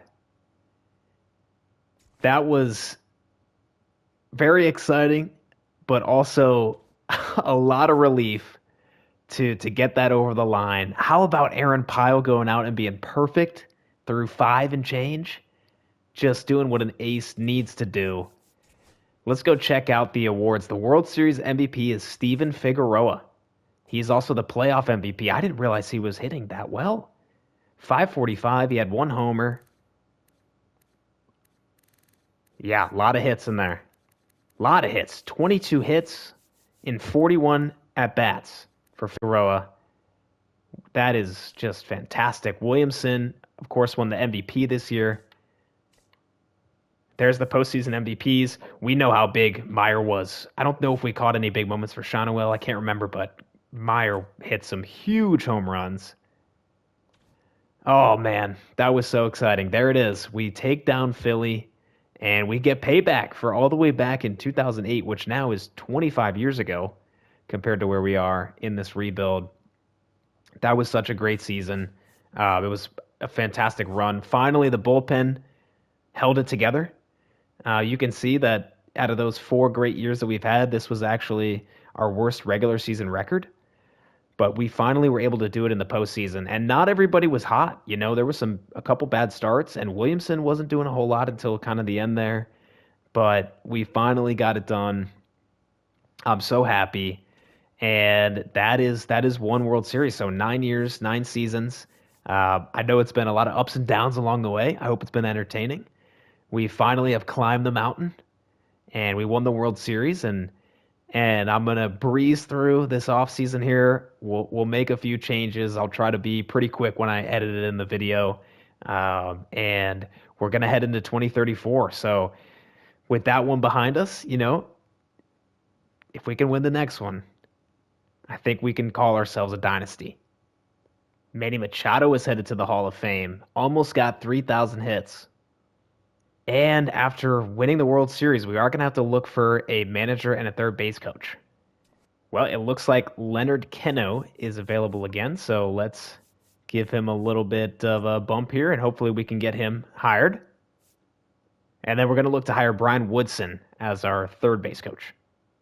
Keno accepted, and Woodson has gone with the Blue Jays. So instead, we're going to try to hire Noah Ellis, and Noah Ellis is on board. The only guy that I want to bring back for exclusive free agent negotiations is Figueroa. I don't want to bring back Clase because he's going to be really expensive, and I think he's going to start to regress very rapidly. And then Keith, we're not going to need him next year. And then Xavier Edwards, the time has come. I didn't find a great spot for him last year. He's regressed, and so we're not going to be bringing him back. But Figueroa, I do want to bring him back. So I'm going to offer him 1 year, $17.5 million. I really hope that he accepts this and we don't have to go to free agency. But I want the World Series MVP back on my team. And of course, he did not accept that offer. I could let Figueroa walk because we do have David Torres coming up, who we drafted a few years ago. He's up to 80 overall, still getting better. Pretty solid stats. Durability is a little low, but can play anywhere in the infield. So I could bring him in Figueroa's place. I'm not sure. We'll see. I think I'm still planning to make a splash in free agency here. I haven't decided exactly yet, but I did put 2 guys on the board. The number 1 pitcher and the number 1 position player. We're becoming a dynasty now. So people want to play for us. And I have wanted Tommy ever since the very first draft. This was, I believe, my number 1 choice back then, and I didn't get him. Switch hitting first baseman. I want to bring him in, and then I haven't decided if I'm going to bring Jared Jones in or not yet. I think I do want to bring in Jared Jones. I think we're going to need another certified ace next year. Let me show you real quick why I say that, because here's the current rotation. So Pyle we know is going to be fantastic. Well, He's been a Cy Young winner. He did have a tick up last year, but definitely feel very confident with Pyle. Fabregas, I want to give him another shot. He's still got a lot of room for growth, and he's a good 2-3 starter. I'm not sold on Fredrickson. He's kind of at his max potential at this point, and he's been good. We like him, but I think we could do a little bit better. So he's kind of up in there. And then my concern with Miller is he's regressed really, really bad. So I kind of want to put Miller as a fourth or fifth starter. And then we've got this rookie Connolly who has not played, who looks like he could be really good. He'll probably be low. He'll be 81, 82 overall by the time we go to the playoffs next season. But that's what I'm thinking is even though some of these guys are going to get better, Fabregas and Connolly especially, I'm worried about Miller, and I'm not sure on Fredrickson. And I know this clip's going a little bit long, but we do have lots of other guys here too. We have Chavez who could come up, the lefty. We've got Ordonez. We've got some good options, but I want them to be ready. And we also have Long and Diaz too. I want them to be ready to step in to take over for either Fredrickson or Miller if we need to. So I think I do want to offer Jones a contract. He's got high motivation. Because his motivation's so high, I'm gonna go 2 years, and I'm just gonna go down to, let's go to 25 mil, and let's see if he accepts this. Okay, decision incoming. And we got the pens. Looks like we got them. All right. So we just got the best pitcher on the board for $5 million less than he was asking for. Okay, so with that move to get Jones in here, that frees me up to trade Fredrickson. And he's been, a big part of our team. We've had him since year one. He does cost $11.8 million, which, is pretty good contract for how good he can be. But I want to free that up because I just don't think we're going to need him starter-wise. We've got other guys that I want to go with who have more room for growth and are less expensive. And we also want to move off of Eduardo Tatis. He's coming up for arbitration, our backup catcher. And again, he's reached his ceiling, and I've got these two guys, Cruz and Brodie, behind him to fill in. So I'm willing to trade those guys. And what I'm a little bit concerned about next year is Riley Green. So you can see the regression that he experienced last year, and I'm worried that it could get a lot worse. He still had a solid year, but I'm just a little worried about it. So I want to have a backup plan, someone that I can plug in the outfield to fill in if things get really bad. So the Dodgers have Zaire Hope. He's only $820,000. They must have signed him to a big extension when he was young. And I want to bring him in just in the event that things get really rough with Riley Green. So we're going to make this move. And that way we've got a little bit of a backup plan out there in the outfield. I need to clear up a bunch of space on the 40-man. Well, not a bunch, but I want to clear up a few spots. There's guys who we're not really going to play. We're obviously in our last year, but still trying to imagine that, we're playing realistically. So I just need to clear up some space in the 40-man. We've got a lot of depth at first. I'm going to trade away Ken Stapleton, who's a pretty solid prospect, still very young and cheap. And I'm just going to trade him away for a closer. And you're probably going to see a bunch of clips that I'm just going to fire off in rapid succession here of me making similar type of trades to this. Going to trade starting pitcher Milo Valentin for a second base prospect, Paul Lewis. I'm going to trade MLB ready shortstop Jim Kaiser, who we drafted last year, and a reliever prospect to the Astros for a younger shortstop. Now I'm going to trade Greg Maddox's son Tyrrell and a center fielder Guzman for 18-year-old right fielder Doug Hillman. I'm also going to release starter Jackie Jones. There's no point in me trading him. He's not worth anything, and I don't want him. Week 3, Tommy Leverett, still not available. Under 50% motivation. Hopefully, I can get an offer in next week. I'll be honest, I am not sure what the Marlins are thinking with this one. 3 years, $42 million to Class A. We saw how much he regressed last year. He's going to be under 80 overall within probably 2 years. He's still good, but I didn't want to risk paying him and having him really fall apart. We've already got other guys that I'm worried about getting older.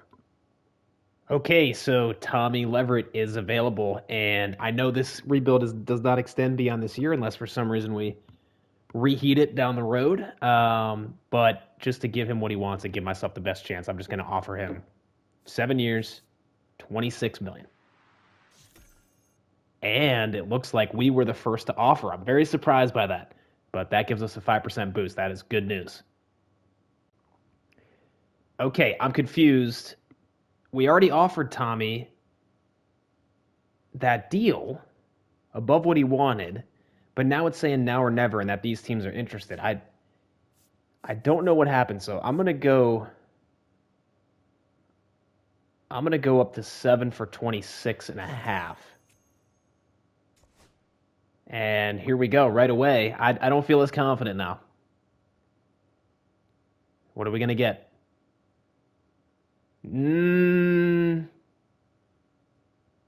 He's headed to the Mariners. 8 years, 20, what, 25? Man, I feel like our offer was just as good. I mean, he's getting another year, but okay. All right, well, we weren't able to get Tommy on this one. Part of why I was interested in Tommy is because Shonowell is another guy who's starting to regress, and although he's still put up a good season, I think these 2 years were probably his prime, and I still think he, could be worth 15 million.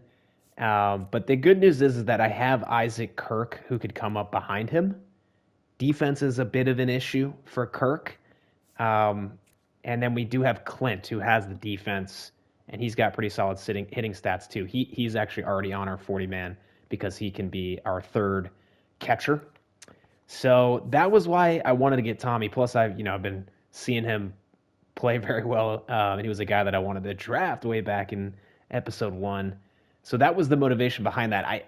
I'm not. I think we're probably just gonna have to roll with Shonowell. I don't really think there's anybody better than him. But if he starts to regress, I'm most likely going to bring up Kirk or Portillo in his place. I need another outfielder to play in AAA, so we're going to trade one of our brand new pitcher prospects, David Driver, as well as a shortstop for Michael Castillo from the Nationals. There is one more thing that I want to do in this offseason, which does not impact this season at all. However, I want Graham Williamson to be a Ray forever, even beyond the end of this rebuild. So I'm going to sign him for 10 years, $225 million, because I want him to always be a Ray forever into the future. Well, how about that? That was our best season yet. We finally reached the top of the mountain and won our first World Series in this rebuild. And now we are going to be looking at this screen right here for probably the last time after this season and heading into the next episode. The next episode will be the last episode of my Rays franchise, or at the very least, this version of it. But it will definitely not be the end of my franchise content. I have had a ton of ideas come to mind for what I want to do. I've got inspiration, and I've already been working in the background to try to make the quality and the presentation of the videos a little bit better. But I've really enjoyed this ride, but we've still got one more season. So let me get back to focusing on the now. Here is where we're at as we finish year 9 and head into year 10. So you can see that a ton of our contracts are going to end this year because there was no reason really to sign them afterwards, with the exception of Graham Williamson, who I signed into eternity because he will be a forever Ray, even in the computer world where we no longer play this game. But if someday we ever came back here and maybe, for example, played out the career of Graham Williamson to see what he would become, I wanted him to be here. So that's why I took advantage of that extension.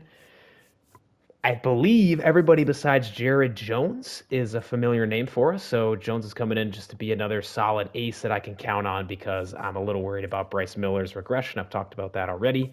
The other guy is Riley Green, who I'm worried about regressing. He's 33, but he has shown some signs of getting a little bit worse. But I think outside of that, everything else is about the same. I did have to signed some guys who are no longer on renewable contracts, a lot of the guys that are in our bullpen, but I want pretty much all of them to come back with the exception of Clase, who was a free agent, and we saw he went to the Marlins. So I think I've got another great team, if not, I would say probably once again the best team in the league. We are at $242 million. I think that's kind of the level that I've sort of settled in here over the last 4 or 5 years or so. After the episode that I titled "The Breaking Point," when I just kind of started to ramp things up a little bit payroll wise. So yeah, I think you've heard enough from me here in the outro. The team is all set. Talk more about the rotation and the lineup at the beginning of the next episode. I hope you enjoyed this video. This is probably going to be my favorite so far. Of course, I'm recording this before I've edited it and put it out, but just the fact that we finally won the World Series and we got it done, I think it's probably going to be the best episode yet.